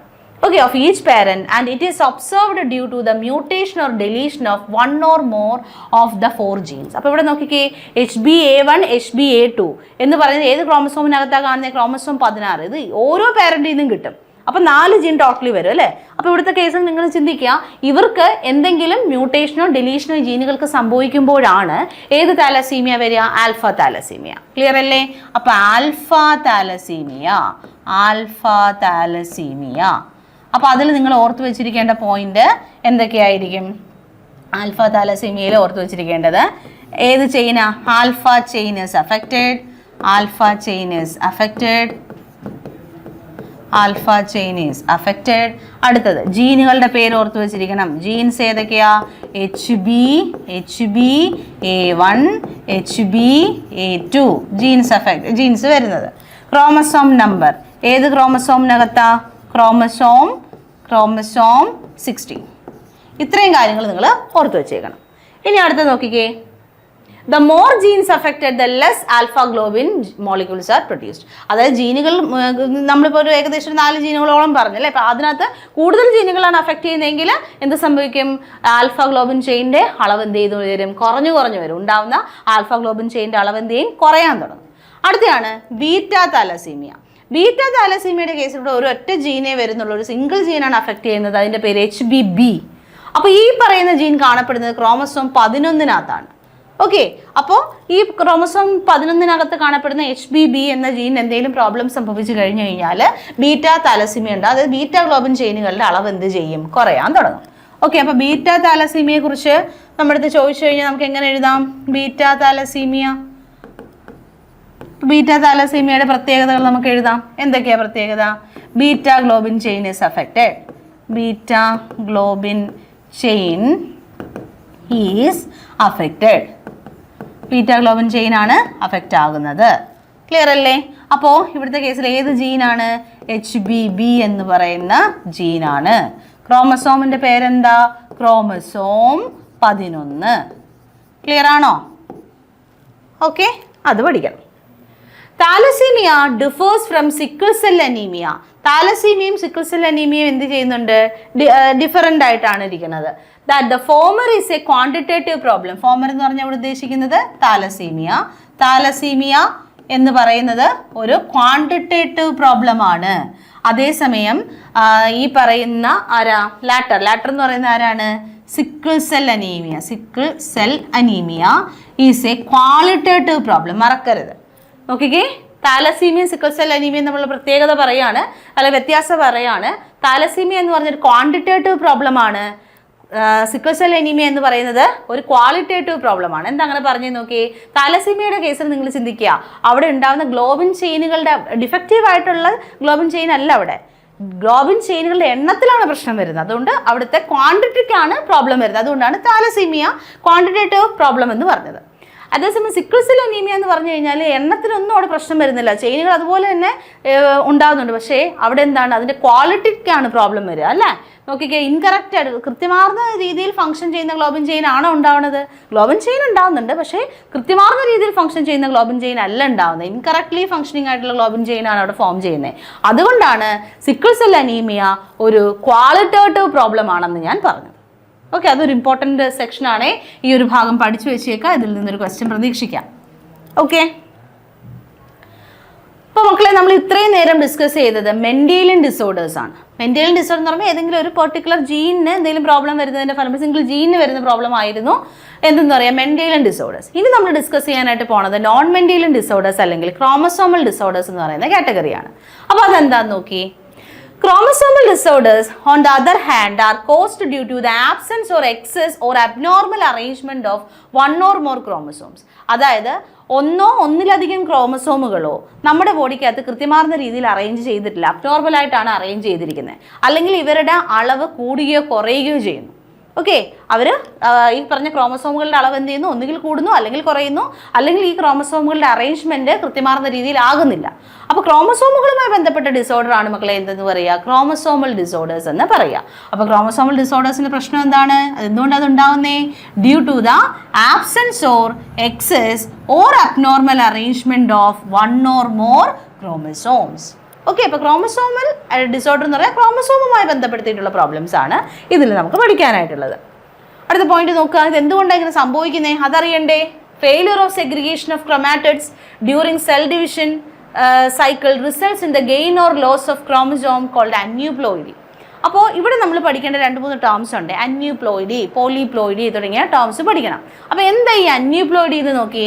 അന്യൂപ്ലോയിഡി എന്ന് പറഞ്ഞു കഴിഞ്ഞാൽ സെൽ ഡിവിഷൻ നടക്കുന്ന സമയത്ത് ക്രൊമാറ്റിഡുകൾ എന്ത് ചെയ്യും? സെപ്പറേറ്റ് ചെയ്യും, സെഗ്രിഗേറ്റ് ചെയ്യും. നമുക്കറിയാം അത് കൃത്യമാർന്ന രീതിയിൽ സെഗ്രിഗേറ്റ് ചെയ്യാൻ പറ്റുന്നില്ലെന്ന് വിചാരിക്കും. ക്രൊമാറ്റിഡുകൾക്ക് കൃത്യമാർന്ന രീതിയിൽ സെഗ്രിഗേറ്റ് ചെയ്യാൻ പറ്റുന്നില്ല സെൽ ഡിവിഷൻ നടക്കുന്ന സമയത്തെങ്കിൽ അവിടെ എന്ത് സംഭവിക്കും? It may results in the gain or loss of a chromosome. ക്രോമസോമിൻ്റെ എണ്ണം ഒന്നുകിൽ കൂടാം അല്ലെങ്കിൽ കുറയാൻ ചാൻസ് ഉണ്ട് ആ ഒരു കാര്യം. അതായത് കൃത്യമാർന്ന സെൽ ഡിവിഷൻ നടക്കുന്ന അല്ലെങ്കിൽ സെൽ സൈക്കിൾ നടക്കുന്ന ആ ഒരു സമയത്ത് കൃത്യമാർന്ന രീതിയിൽ ക്രൊമാറ്റിഡുകൾ സെഗ്രിഗേറ്റ് അല്ലെങ്കിൽ സെപ്പറേറ്റ് ചെയ്തില്ല എന്നുണ്ടെങ്കിൽ അവിടെ ഒന്നുകിൽ ക്രോമസോമിൻ്റെ എണ്ണം കൂടാം അല്ലെങ്കിൽ ക്രോമസോമിൻ്റെ എണ്ണം കുറയാം. ഈ ഒരു അവസ്ഥയാണ് നമ്മൾ അന്യൂപ്ലോയിഡി എന്ന് പറയാം. For example, down syndrome results in the gain of extra copy of chromosome 21. Down syndrome എന്നൊരു കണ്ടീഷൻ ഉണ്ട്. ആ ഒരു കണ്ടീഷൻ നമ്മൾ നോക്കിക്കഴിഞ്ഞാൽ അത് 21ാമത്തെ ക്രോമസോം നമുക്ക് പേരായിട്ടല്ലേ കാണുന്നേ, അതിലൊരെണ്ണം അഡീഷണൽ ആയിട്ട് കാണും. ഓക്കെ, അപ്പോൾ ഒരു ക്രോമസോം നമുക്ക് അഡീഷണൽ ആയിട്ട് കിട്ടിയതല്ലേ, അപ്പോൾ അതൊരു അന്യൂപ്ലോയിഡിക്ക് എക്സാമ്പിളായിട്ട് നമുക്ക് പറയാൻ പറ്റും. Similarly, Turner syndrome results due to the loss of an X chromosome in human female. Human female-നകത്ത് നമുക്കറിയാം ഹ്യൂമൻ ഫീമെയിൽ എന്ന് പറഞ്ഞാൽ കണ്ടീഷൻ എന്താ? XX കണ്ടീഷൻ അല്ലേ. അപ്പോൾ അതിൽ ഒരു X ക്രോമസോം അവർക്ക് കാണത്തില്ല. ഓക്കെ, അപ്പോൾ അത് X0 കണ്ടീഷൻ. അപ്പോൾ ഒരെണ്ണം ഇല്ല. നമ്മൾ നേരത്തെ പറഞ്ഞ ഡൗൺ സിൻഡ്രോമിൽ എന്താ ഒരു ക്രോമസോം അഡീഷണൽ ആയിട്ട് വന്നു, അതേസമയം ടർണർ സിൻഡ്രോമിൽ ഒരു ക്രോമസോം ഇല്ലാതെ പോയി. അപ്പോൾ ഇതെല്ലാം നമുക്ക് എന്തിന് എക്സാമ്പിളായിട്ട് പറയാം? അന്യൂപ്ലോയിഡിക്ക് എക്സാമ്പിളായിട്ട് പറയാനായിട്ട് സാധിക്കും. ഇനി അങ്ങനെയാണെങ്കിൽ നമ്മൾ പറയുന്ന അടുത്തൊരു കണ്ടീഷനാണ് മക്കളെ പോളിപ്ലോയിഡി എന്ന് പറയാം. പോളിപ്ലോയിഡി. അപ്പോൾ എന്താ ഈ പോളിപ്ലോയിഡി എന്ന് നോക്കിക്കേ. Failure of cytokinesis after telophase stage of cell division results in an increase in a whole set of chromosome in an organism. അതായത് ഒരു ഓർഗാനിസത്തിൻ്റെ കേസിൽ അവരുടെ ബോഡിക്കകത്തുള്ള ടോട്ടൽ സെറ്റ് ഓഫ് ക്രോമസോം എന്ത് ചെയ്യുകയാണ്? ഇരട്ടിക്കാന്ന് വിചാരിക്കുക, അല്ലെങ്കിൽ കൂടുകയാണെന്ന് വിചാരിക്കുക, മൊത്തത്തിലങ്ങ് കൂടുകയാണ്. ഓക്കെ, അതെന്തുകൊണ്ട് അങ്ങനെ സംഭവിക്കുന്നതെന്ന് ചോദിച്ചു കഴിഞ്ഞാൽ എന്താണ്? Failure of cytokinesis after telophase stage of cell division നടക്കുമ്പോൾ ആൻഡ് ടീലോഫേസ് സ്റ്റേജിലെ, അപ്പോൾ അതിനുശേഷം കൃത്യമാർന്ന രീതിയിൽ സൈറ്റോകൈനസിസ് നടക്കുന്നില്ല എന്നുണ്ടെങ്കിൽ എന്ത് സംഭവിക്കാനുള്ള ചാൻസ് ഉണ്ടെന്നാണ് പറയുന്നത്? ആ ഒരു ഓർഗാനിസത്തിൽ ടോട്ടൽ ക്രോമസോം സെറ്റും എന്ത് ചെയ്യുന്നു? ഇൻക്രീസ് ചെയ്യുന്നു. അപ്പോൾ ഈ ഒരു അവസ്ഥയെ നമുക്ക് എന്തെന്ന് വിളിക്കാം? പോളിപ്ലോയിഡി എന്ന് വിളിക്കാം. അപ്പോൾ ഈ പോളിപ്ലോയിഡി കണ്ടീഷൻ പൊതുവെ കാണപ്പെടുന്നത് എവിടെയാണ്? പ്ലാന്റ്സിലാണ്. ഓക്കെ, അപ്പോൾ നമ്മുടെ NCERT ടെക്സ്റ്റിൽ ഈ രണ്ട് കണ്ടീഷൻസ് ആണ് പറയുന്നത്. ഒന്നേതാണ് അന്യൂപ്ലോയിഡി, പിന്നെ ഒന്നേതാണ് പോളിപ്ലോയിഡി. അപ്പോൾ ഈ അന്യൂപ്ലോയിഡി കണ്ടീഷനകത്ത് വരുന്ന ഡൗൺ സിൻഡ്രോം, ടേർണർ സിൻഡ്രോം ഒക്കെയാണ് നമുക്ക് പഠിക്കാനായിട്ട് തന്നിരിക്കുന്നത്. ഓക്കെ, അപ്പോൾ ഇനി നമുക്കത് ഓരോന്നും ഡിസ്കസ് ചെയ്യാം. ഓക്കെ, അപ്പോൾ അത് പറയുന്നതിന് മുമ്പ് ഇതൊന്ന് നോക്കിക്കേ. Total number of chromosome in A normal human cell that is 46 അല്ലേ. നമ്മുടെ ഹ്യൂമൻ സെല്ലിനകത്ത് ടോട്ടൽ എത്ര ക്രോമസോം ഉണ്ട്? അറിയാവുന്ന കാര്യമാണ്, 46 ക്രോമസോമുകൾ ഉണ്ട്. അതായത് എത്ര പേരാ? 23 പേരുണ്ട്. അതിൽ 22 പേരെന്ന് പറയുന്നത് എന്താ മക്കളെ? ഓട്ടോസോമുകളാണ്. പിന്നെ വരുന്ന ഒരു പേരെന്താണ്? നമ്മുടെ സെക്സ് ക്രോമസോമുകൾ അല്ലെങ്കിൽ അല്ലോസോമുകളാണ്. നമുക്കറിയാവുന്ന കാര്യമാണ് അല്ലേ. അപ്പോൾ 46 ക്രോമസോമാണ് ഹ്യൂമൻ്റെ കേസിലുള്ളത്. 46 ക്രോമസോംസ്. അതിന് നമുക്ക് എങ്ങനെ പറയാം? പെയർ എന്ന രീതിയിൽ പറഞ്ഞാൽ 23 പെയറുണ്ടെന്ന് പറയാം, 23 പെയേഴ്സ്. ആ 23 പെയറിനെ നമുക്ക് രണ്ടായിട്ട് കാറ്റഗറൈസ് ചെയ്യാം. 22 പെയർ എന്തുണ്ട് മക്കളെ? 22 പെയേഴ്സ് ഓഫ് ഓട്ടോസോംസ്. ഓട്ടോസോമുകൾ എത്ര എണ്ണം ഉണ്ട്? 22 പേരുണ്ട്. അതായത് 44 എണ്ണം. ഓക്കെ, പിന്നെ വരുന്ന ഏതാ? ഒരു പെയറുണ്ട് അല്ലേ. ആ ബാക്കി വരുന്ന ഒരു പെയർ എന്താ? നമ്മുടെ സെക്സ് ക്രോമസോമാണ്. 1 pair of sex chromosomes. Okay ആണല്ലോ. 1 pair of sex chromosome. Female ആണെങ്കിൽ XX, മെയിൽ ആണെന്നുണ്ടെങ്കിൽ അത് ഏതാ? XY ആയിരിക്കും. ഓക്കെ, ഇത് നമുക്കറിയാവുന്ന കാര്യമാണ്. അടുത്ത എന്താ പറഞ്ഞേക്കുന്നത് നോക്കിക്കേ. Sometimes though rarely either an additional copy of a chromosome may be included in an individual or an individual may lack one of any one pair of chromosome. These situations are known as trisomy or monosomy of a chromosome respectively. മക്കളെ ഇപ്പോൾ example ആയിട്ട് പറയുവാണെങ്കിൽ ഒരു chromosome additional ആയിട്ട് വരികയാണെന്ന് വിചാരിക്കുക. ഒരു പെയറിൽ ഒരു ക്രോമസോം അഡീഷണൽ ആയിട്ട് വരികയാണ് എങ്കിൽ നമ്മൾ ആ ഒരു കണ്ടീഷൻ എന്ത് വിളിക്കും? ട്രൈസോമി എന്ന് വിളിക്കും. ഓക്കെ, ഒരു പെയറിൽ ഒരു ക്രോമസോം കുറയുകയാണ്, ഒരു ക്രോമസോം ഇല്ലാണ്ടാവുകയാണ് എങ്കിൽ നമ്മൾ ആ കണ്ടീഷൻ എന്ത് വിളിക്കും? മോണോസോമി എന്ന് വിളിക്കും. അതാണ് ഇവിടെ പറയുന്നത്. ഓക്കെ, ഇപ്പോൾ നമ്മളിവിടെ പഠിക്കും, നമ്മൾ ആ ഒരു കണ്ടീഷൻസ് ഡീറ്റെയിൽ ആയിട്ട് ഇപ്പോൾ പഠിക്കും. അപ്പോൾ നോക്കി, ഒരു ക്രോമസോം പെയർ എടുക്കുന്നു. ആ ക്രോമസോം പെയർ എന്ന് പറഞ്ഞാൽ എന്താ? 2 എണ്ണമാണ് അല്ലേ. അതിൽ ഒരെണ്ണം അഡീഷണൽ ആയിട്ട് വന്ന എത്ര എണ്ണം വന്നു? 3 എണ്ണം വന്നു. അപ്പോൾ ആ കണ്ടീഷൻ എന്താ വിളിക്കുക? ട്രൈസോമി എന്ന് വിളിക്കും. ഇനി ഒരു പെയർ നിങ്ങൾ സങ്കല്പിക്കുക, ഒരു പെയർ ക്രോമസോം നമ്മൾ സങ്കല്പിക്കുകയാണെങ്കിൽ 2 എണ്ണം ഉണ്ട്. അപ്പോൾ അതിനകത്ത് ഒരെണ്ണം ഇല്ലാണ്ടാവുകയാണ്, ഒരെണ്ണം ഇല്ലാതായ ഒരെണ്ണം ഇല്ല, പിന്നെ ബാക്കിയുള്ളൂ. അപ്പോൾ ആ കണ്ടീഷൻ നമ്മൾ എന്താ വിളിക്കുക? മോണോസോമി എന്ന് വിളിക്കും.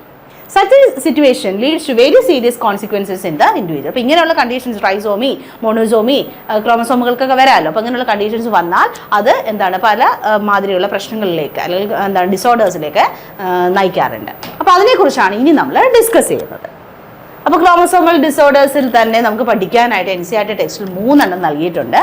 ഒന്നാമത്തെ ഡൗൺ സിൻഡ്രോം, പിന്നെ പഠിക്കാനുള്ളത് ക്ലിൻഫെൽറ്റർ സിൻഡ്രോം, പിന്നെ ഏതാ പഠിക്കാനുള്ള ടേർണർ സിൻഡ്രോം. ഇങ്ങനെ 3 എണ്ണമാണ് നമുക്ക് പഠിക്കാനായിട്ട് നൽകിയിരിക്കുന്ന ക്രോമസോമൽ ഡിസോർഡേഴ്സ്. അതിൽ ഒന്നാമത്തെ നോക്കിയേ, ഡൗൺ സിൻഡ്രോം. മക്കളെ ഡൗൺ സിൻഡ്രോം എന്താണെന്ന് ചോദിച്ചു കഴിഞ്ഞാൽ the cause of this genetic disorder is the presence of an additional copy of chromosome number 21. അതായത് ക്രോമസോം നമ്പർ 21, 21ാമത്തെ ക്രോമസോമിൽ, ക്രോമസോം നമ്പർ 21 എന്ന് പറയുമ്പോൾ എന്താ, 21ാമത്തെ ക്രോമസോം പെയർ നമ്മൾ പരിശോധിക്കുകയാണെങ്കിൽ അതിൽ ഒരു ക്രോമസോം അഡീഷണൽ ആയിട്ട് വരികയാണ്. അപ്പോൾ എന്ത് സംഭവിക്കും? 3 എണ്ണമായില്ലേ? അപ്പോൾ നമുക്ക് എങ്ങനെ പറയാം? ട്രൈസോമി ഓഫ് ക്രോമസോം 21 എന്ന് വരും. This disorder was first described by Langdon Down in 1866. ഈ ഒരു ഡിസോർഡർ ആദ്യമായിട്ട് ഡിസ്ക്രൈബ് ചെയ്തത് ആരാണെന്ന് അറിയാം? ലാങ്ഡൺ ഡൗൺ ആണ്. എന്നാണ്? 1866. അപ്പോൾ ഈ കണ്ടീഷന്റെ പ്രത്യേകത എന്താണ്? ഇറ്റ് ഈസ് ട്രൈസോമി ഓഫ് 21 ആണ്. അതായത് ക്രോമസോം 21 പെയറായിട്ടല്ല കാണുന്നത്, അതിൽ 3 ക്രോമസോമുകൾ വരും അല്ലേ? അപ്പോൾ ആ ഒരു അവസ്ഥ. അപ്പോൾ അതാണ് ട്രൈസോമി ഓഫ് 21. ഇത് ആദ്യമായി ഡിസ്ക്രൈബ് ചെയ്ത ലാങ്ഡൺ ഡൗൺ 1866. ഇനി എന്താ പറയുന്നത് നോക്കാം. The affected individual is short statured with a small round head, furrowed tongue and partially open mouth. അപ്പോൾ ഇങ്ങനെയുള്ള ഡൗൺ സിൻഡ്രോം ഉള്ള ആൾക്കാരുണ്ടാവില്ല, ഇൻഡിവിജ്വൽസ് ഉണ്ടാവില്ല. അവരുടെ കുറച്ച് ഫീച്ചേഴ്സ് ആണ് ഇപ്പോൾ നമ്മൾ പറയണത്. അപ്പോൾ എന്തൊക്കെയാണ് ഫീച്ചേഴ്സ് നോക്കി? ഷോർട്ട് സ്റ്റാച്ചുവർ എന്ന് പറഞ്ഞാൽ എന്താ, കുറുകിയവരായിരിക്കും, നീളം കുറവായിരിക്കും അല്ലേ? പിന്നെന്താ, സ്മോൾ റൗണ്ട് ഹെഡ് എന്ന് വെച്ച് കഴിഞ്ഞാൽ വളരെ ചെറിയ ഉരുണ്ട തലയായിരിക്കും ഇവർക്കുള്ളത്. പിന്നെ എന്താ, മടക്കുകളുള്ള നാക്കായിരിക്കും. അതോടൊപ്പം തന്നെ എന്താണ്, പകുതി തുറന്ന എപ്പോഴും ഇങ്ങനെ ഇങ്ങനെ തുറന്നിരിക്കുന്നവരായിരിക്കും. പാമസ് ബ്രോഡ്, നല്ല വീതിയേറിയ കൈപ്പത്തിയായിരിക്കും. ആ കൈപ്പത്തിയിൽ തന്നെ നമ്മൾ നോക്കിക്കഴിഞ്ഞു കഴിഞ്ഞാൽ പാം ക്രീസ്, സ്പെഷ്യലായിട്ടുള്ള പാം ക്രീസ് ആയിരിക്കും. മക്കളെ പാം ക്രീസ് എന്ന് പറഞ്ഞാൽ നമുക്ക് ഈ കൈപ്പത്തിക്കകത്തൊക്കെ വരകളില്ലേ, അപ്പോൾ ഈ വരകൾ അവർക്ക് അവരുടേതായിട്ടുള്ള ഒരു സ്പെഷ്യലൈസ്ഡ് രീതിയിലാണ് കാണുക, നമ്മളെ പോലെയല്ല ആയിരിക്കുകയില്ല. ഓക്കെ, അതാണ് ഇവിടെ പറഞ്ഞത്. സ്പെഷ്യലൈസ്ഡ് അല്ലെങ്കിൽ ക്യാരക്ടറിസ്റ്റിക് ആയിട്ടുള്ള പാം ക്രീസ് അവർക്ക് കാണാനായിട്ട് സാധിക്കും. പിന്നെ അവരുടെ ബോഡി മൊത്തത്തിൽ നമ്മൾ പറയുകയാണെങ്കിൽ ഫിസിക്കലി അല്ലെങ്കിൽ എന്താണ് സൈക്കോമോട്ടോർ തരത്തിലായിക്കോട്ടെ, മെൻ്റലി ആയിക്കോട്ടെ, അവർക്ക് അത്രത്തോളം ഡെവലപ്മെൻ്റ് ഒന്നും കാണത്തില്ല. ഈ പറഞ്ഞ എല്ലാ തരത്തിലുള്ള ഡെവലപ്മെൻറ്റും അവർക്ക് കുറവായിരിക്കും അല്ലെ, റിട്ടാർഡ് ചെയ്ത് മൊത്തത്തിൽ എല്ലാം പ്രോബ്ലമാറ്റിക് ആയിട്ട് മാറിയിട്ടുണ്ടാകും. ഇതാണ് ഏത് കണ്ടീഷൻ്റെ ഒരു പ്രത്യേകത? ഡൗൺ സിൻഡ്രോമിൻ്റെ ഒരു പ്രത്യേകത. നിങ്ങളുടെ NCERT ടെക്സ്റ്റിനകത്ത് താണ്ടെ ഇങ്ങനെ ഒരു ഫിഗർ നൽകിയിട്ടുണ്ട്. നോക്കിക്കേ, ആ ഒരു ഡൗൺ സിൻഡ്രോമുമായി ബന്ധപ്പെടുത്തിയിട്ടുള്ള ഫീച്ചേഴ്സ് നൽകിയിരിക്കുന്ന ഒരു ഫിഗറാണ്. നോക്കുക, ഫ്ലാറ്റ് ആയിട്ടുള്ള ഹെഡിൻ്റെ ബാക്ക് ഫ്ലാറ്റ് ആയിരിക്കും. അതോടൊപ്പം കൈയുടെ ടിപ്പ്, ഫിംഗർ ടിപ്പുകൾ നോക്കി അവിടെ ലൂപ്പുകൾ ഇങ്ങനെ കാണാൻ സാധിക്കും. ക്യാരക്ടറിസ്റ്റിക് ആയിട്ടുള്ള പാം ക്രീസ് ഉണ്ട്.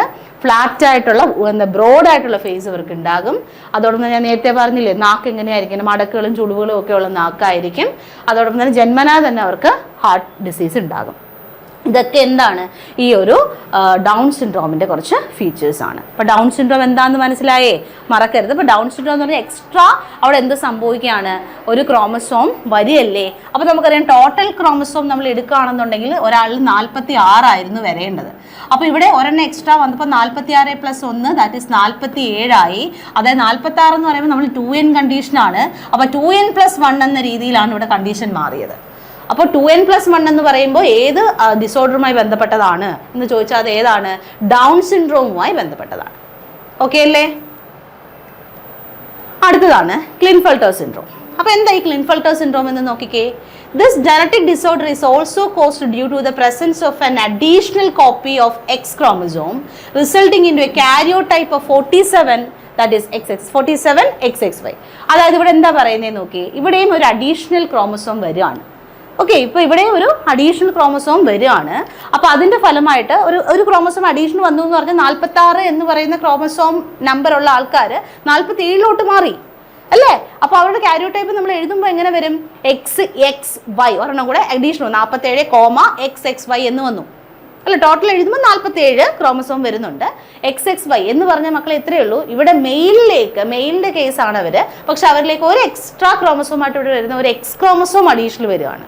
അഡീഷണൽ ആയിട്ട് ഇവിടെ എന്താ സംഭവിക്കുകയാണ്? X ക്രോമസോം ആണ് വരുന്നത്. ആരിലാണ്? മെയിലിലാണ് സംഭവിക്കുക.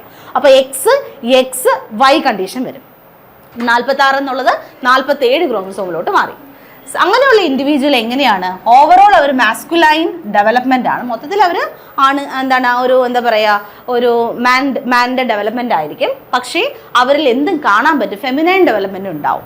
ഫെമിനൈൻ സ്ത്രീകളിൽ ഉണ്ടാവുന്ന മാറ്റവും ഉണ്ടാവും. ഫോർ എക്സാമ്പിൾ, അതായത് ആണുങ്ങളിൽ തന്നെ നമുക്ക് പുരുഷന്മാരിൽ തന്നെ എന്താണ് ബ്രസ്റ്റ് ഡെവലപ്മെൻറ്റ് കാണിക്കും ഓക്കെ, സ്ത്രീകളുടെ ഒരു പ്രത്യേകതയല്ലേ ബ്രസ്റ്റ് ഉണ്ടാവുക എന്ന് പറയുന്നത്.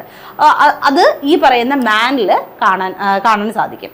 അത് ഈ ഒരു ക്ലിൻഫെൽട്ടർ സിൻഡ്രോമിൻ്റെ ഒരു പ്രത്യേകതയാണ്. ഫെമിനൈൻ ഡെവലപ്മെൻറ്റ് ഈ പറയുന്ന മാനിൽ കാണുന്നു. അപ്പോൾ നോക്കിക്കേ, ഇപ്പം ഫെമിനൈൻ ഡെവലപ്മെൻറ്റ് എക്സാമ്പിൾ ഇവിടെ പറയുന്നുണ്ട് ഡെവലപ്മെൻറ്റ് ഓഫ് ബ്രസ്റ്റ്. അപ്പോൾ ഈ ഒരു കണ്ടീഷൻ ഒരു പേരുണ്ട്, ഇറ്റ് ഈസ് കോൾഡ് ഗൈനക്കോമാസ്റ്റിയ. അപ്പോൾ development of breast in man, ഈ ഒരു കണ്ടീഷൻ നമ്മൾ എന്താ വിളിക്കുന്നത്? ഗൈനക്കോമാസ്റ്റിയ എന്നാണ് പറയുന്നത്. ഓക്കെ, അടുത്ത് നോക്കുക, ഇങ്ങനെയുള്ള ഇൻഡിവിജ്വൽസ്, ക്ലിൻഫെൽട്ടർ സിൻഡ്രോം എന്ന് പറയുന്ന കണ്ടീഷനുള്ള ഇൻഡിവിജ്വൽസിന് തൊട്ടടുത്ത തലമുറ ഉൽപ്പാദിപ്പിക്കാനുള്ള കഴിവുണ്ടാവില്ല. അതുകൊണ്ട് നമുക്ക് അവർ സ്റ്റെറൈൽ ആണെന്ന് പറയാം. So they are sterile. അവരെങ്ങനെയാണെന്ന് പറയുന്നു? അവർ സ്റ്റെറൈൽ ആണെന്ന് പറയുന്നു. അപ്പോൾ ഇതാണ് ക്ലിൻഫെൽട്ടർ സിൻഡ്രോമിൻ്റെ പ്രത്യേകത. ഓക്കെ, അപ്പോൾ എന്തായിരുന്നു? 47 ക്രോമസോമാണ് ടോട്ടൽ ഇവർക്കുള്ളത്. ഏത് കണ്ടീഷൻ? XXY എന്ന് പറയുന്ന കണ്ടീഷനാണ്. ഓക്കെ, ഇനി അടുത്തതാണ് ടേർണർ സിൻഡ്രോം. അപ്പോൾ അതെന്താന്ന് നോക്കി. Such a disorder is caused due to the absence of one of the X chromosomes in females. അതായത് ഫീമെയിൽസിന്റെ കണ്ടീഷൻ നിങ്ങൾക്ക് അറിയാം, XX ആണല്ലോ ഇവിടുത്തെ സെക്സ് ക്രോമസോം എന്ന് പറയാം. അതിലൊരു X ക്രോമസോം ഇവർക്ക് ആബ്സെന്റ് ആയിരിക്കും. അപ്പോൾ മക്കളെ X0 കണ്ടീഷൻ വരും അല്ലേ? X0 എന്ന് പറഞ്ഞ കണ്ടീഷൻ. അതായത് ടോട്ടൽ 46 ക്രോമസോം ഉള്ളതിൽ ഒരെണ്ണം ഇല്ല, ഒരു X ഇല്ലല്ലോ. അപ്പോൾ അതെന്താ? 45 അല്ലേ? 45, X0 എന്ന് വരും. ക്ലിയർ അല്ലേ? അടുത്ത പോയിന്റ് നോക്കിയ മക്കളെ, such females are sterile as ovaries are rudimentary besides other features including lack of other secondary sexual characters. അതായത് ഇങ്ങനെയുള്ള ടേർണർ സിൻഡ്രോം ഉള്ള ഫീമെയിലാണല്ലോ ഈ പ്രോബ്ലം വരുന്നത്. അപ്പോൾ ഇങ്ങനെയുള്ള ഫീമെയിൽസ് അവർക്കും തൊട്ടടുത്ത തലമുറ ഉൽപ്പാദിപ്പിക്കാനുള്ള കഴിവില്ല. കാരണം അവരുടെ ഓവറീസ് അത്രത്തോളം ഡെവലപ്ഡ് ആയില്ല, അണ്ടർ ഡെവലപ്ഡ് ആണ്. ഓക്കെ, അപ്പോൾ അതോടൊപ്പം തന്നെ അവരുടെ സെക്കൻഡറി സെക്ഷൽ ക്യാരക്ടറൊക്കെ ഇവർ കാണിക്കത്തില്ല. അപ്പോൾ അതുകൊണ്ട് തന്നെ തൊട്ടടുത്ത ജനറേഷൻ ഉൽപ്പാദിപ്പിക്കാനുള്ള കഴിവ് ഇവർക്കുണ്ടോ? ഇല്ല. അതുകൊണ്ട് ഇവർ സ്റ്റെറൈലാണ്. അപ്പോൾ ഇങ്ങനെയുള്ള ഫീമെയിൽ അല്ലെങ്കിൽ ടേർണർ സിൻഡ്രോം ഉള്ള ഫീമെയിൽസ് സ്റ്റെറൈലാണ് എന്ന് നമുക്ക് പറയാൻ പറ്റും. അപ്പോൾ നമ്മളിപ്പോൾ അവസാനം പറഞ്ഞു നിർത്തിയത് എന്താണെടാ? ക്രോമസോമൽ ഡിസോർഡേഴ്സ് ആണ് അല്ലേ? അപ്പോൾ ക്രോമസോമൽ ഡിസോർഡേഴ്സുമായി ബന്ധപ്പെടുത്തിയിട്ട് നമ്മൾ പറഞ്ഞ 3 എണ്ണമാണ്. ഏതൊക്കെയാണ്? Down syndrome, Klinefelter syndrome and Turner syndrome. വളരെ ഇമ്പോർട്ടൻ്റ് ആയിട്ടുള്ള കാര്യമാണ് ഇപ്പോൾ നമ്മൾ അവസാനവും പറഞ്ഞു നിർത്തിയത്. അപ്പോൾ മക്കളെ, ഇന്നത്തെ ക്ലാസ്സിൽ നമ്മൾ ഡിസ്കസ് ചെയ്ത ടോപ്പിക് എന്ന് പറയുന്നത് ജനറ്റിക് ഡിസോർഡേഴ്സ് ആണ്. ജനറ്റിക് ഡിസോർഡേഴ്സ് തന്നെ രണ്ടായിട്ട് നമ്മൾ തരംതിരിച്ച് പഠിച്ചു. മെൻഡേലിയൻ ഡിസോർഡേഴ്സും അതോടൊപ്പം തന്നെ ക്രോമസോമൽ ഡിസോർഡേഴ്സും. മെൻഡേലിയൻ ഡിസോർഡേഴ്സിനകത്ത് 6 എക്സാമ്പിളുണ്ട്. 5 എണ്ണം ഡീറ്റെയിൽ ആയിട്ട് നമുക്ക് പഠിക്കാനുണ്ട്. പക്ഷേ 6 എക്സാമ്പിളിൻ്റെ പേര് പഠിച്ചു വെച്ചേക്കണം, 5 എണ്ണം ഡീറ്റെയിൽ ആയിട്ടും പഠിക്കണം. പിന്നെ നമ്മൾ ക്രോമസോമൽ ഡിസോർഡേഴ്സ് പഠിച്ചപ്പോൾ അതിൽ 3 എണ്ണം Down syndrome, Klinefelter syndrome, Turner syndrome, അതും വളരെ ഡീറ്റെയിൽ ആയിട്ട് നമ്മൾ പഠിച്ചിട്ടുണ്ട്. അപ്പോൾ ഇന്നത്തെ ക്ലാസ്സിൽ പഠിപ്പിച്ച എല്ലാ കണ്ടന്റും നിങ്ങൾക്ക് എല്ലാവർക്കും മനസ്സിലായെന്ന് വിശ്വസിക്കുകയാണ്. നമ്മുടെ NCERT ടെക്സ്റ്റ് വായിച്ച് നോക്കുക, DPP ക്വസ്റ്റ്യൻസ് ചെയ്യുക, സംശയങ്ങൾ എന്തെങ്കിലും ഉണ്ടെങ്കിൽ ചോദിക്കുക. അപ്പോൾ ഇന്നത്തെ ക്ലാസ് നമുക്ക് വൈൻഡപ്പ് ചെയ്യാം. Okay, then thank you. Have A nice day.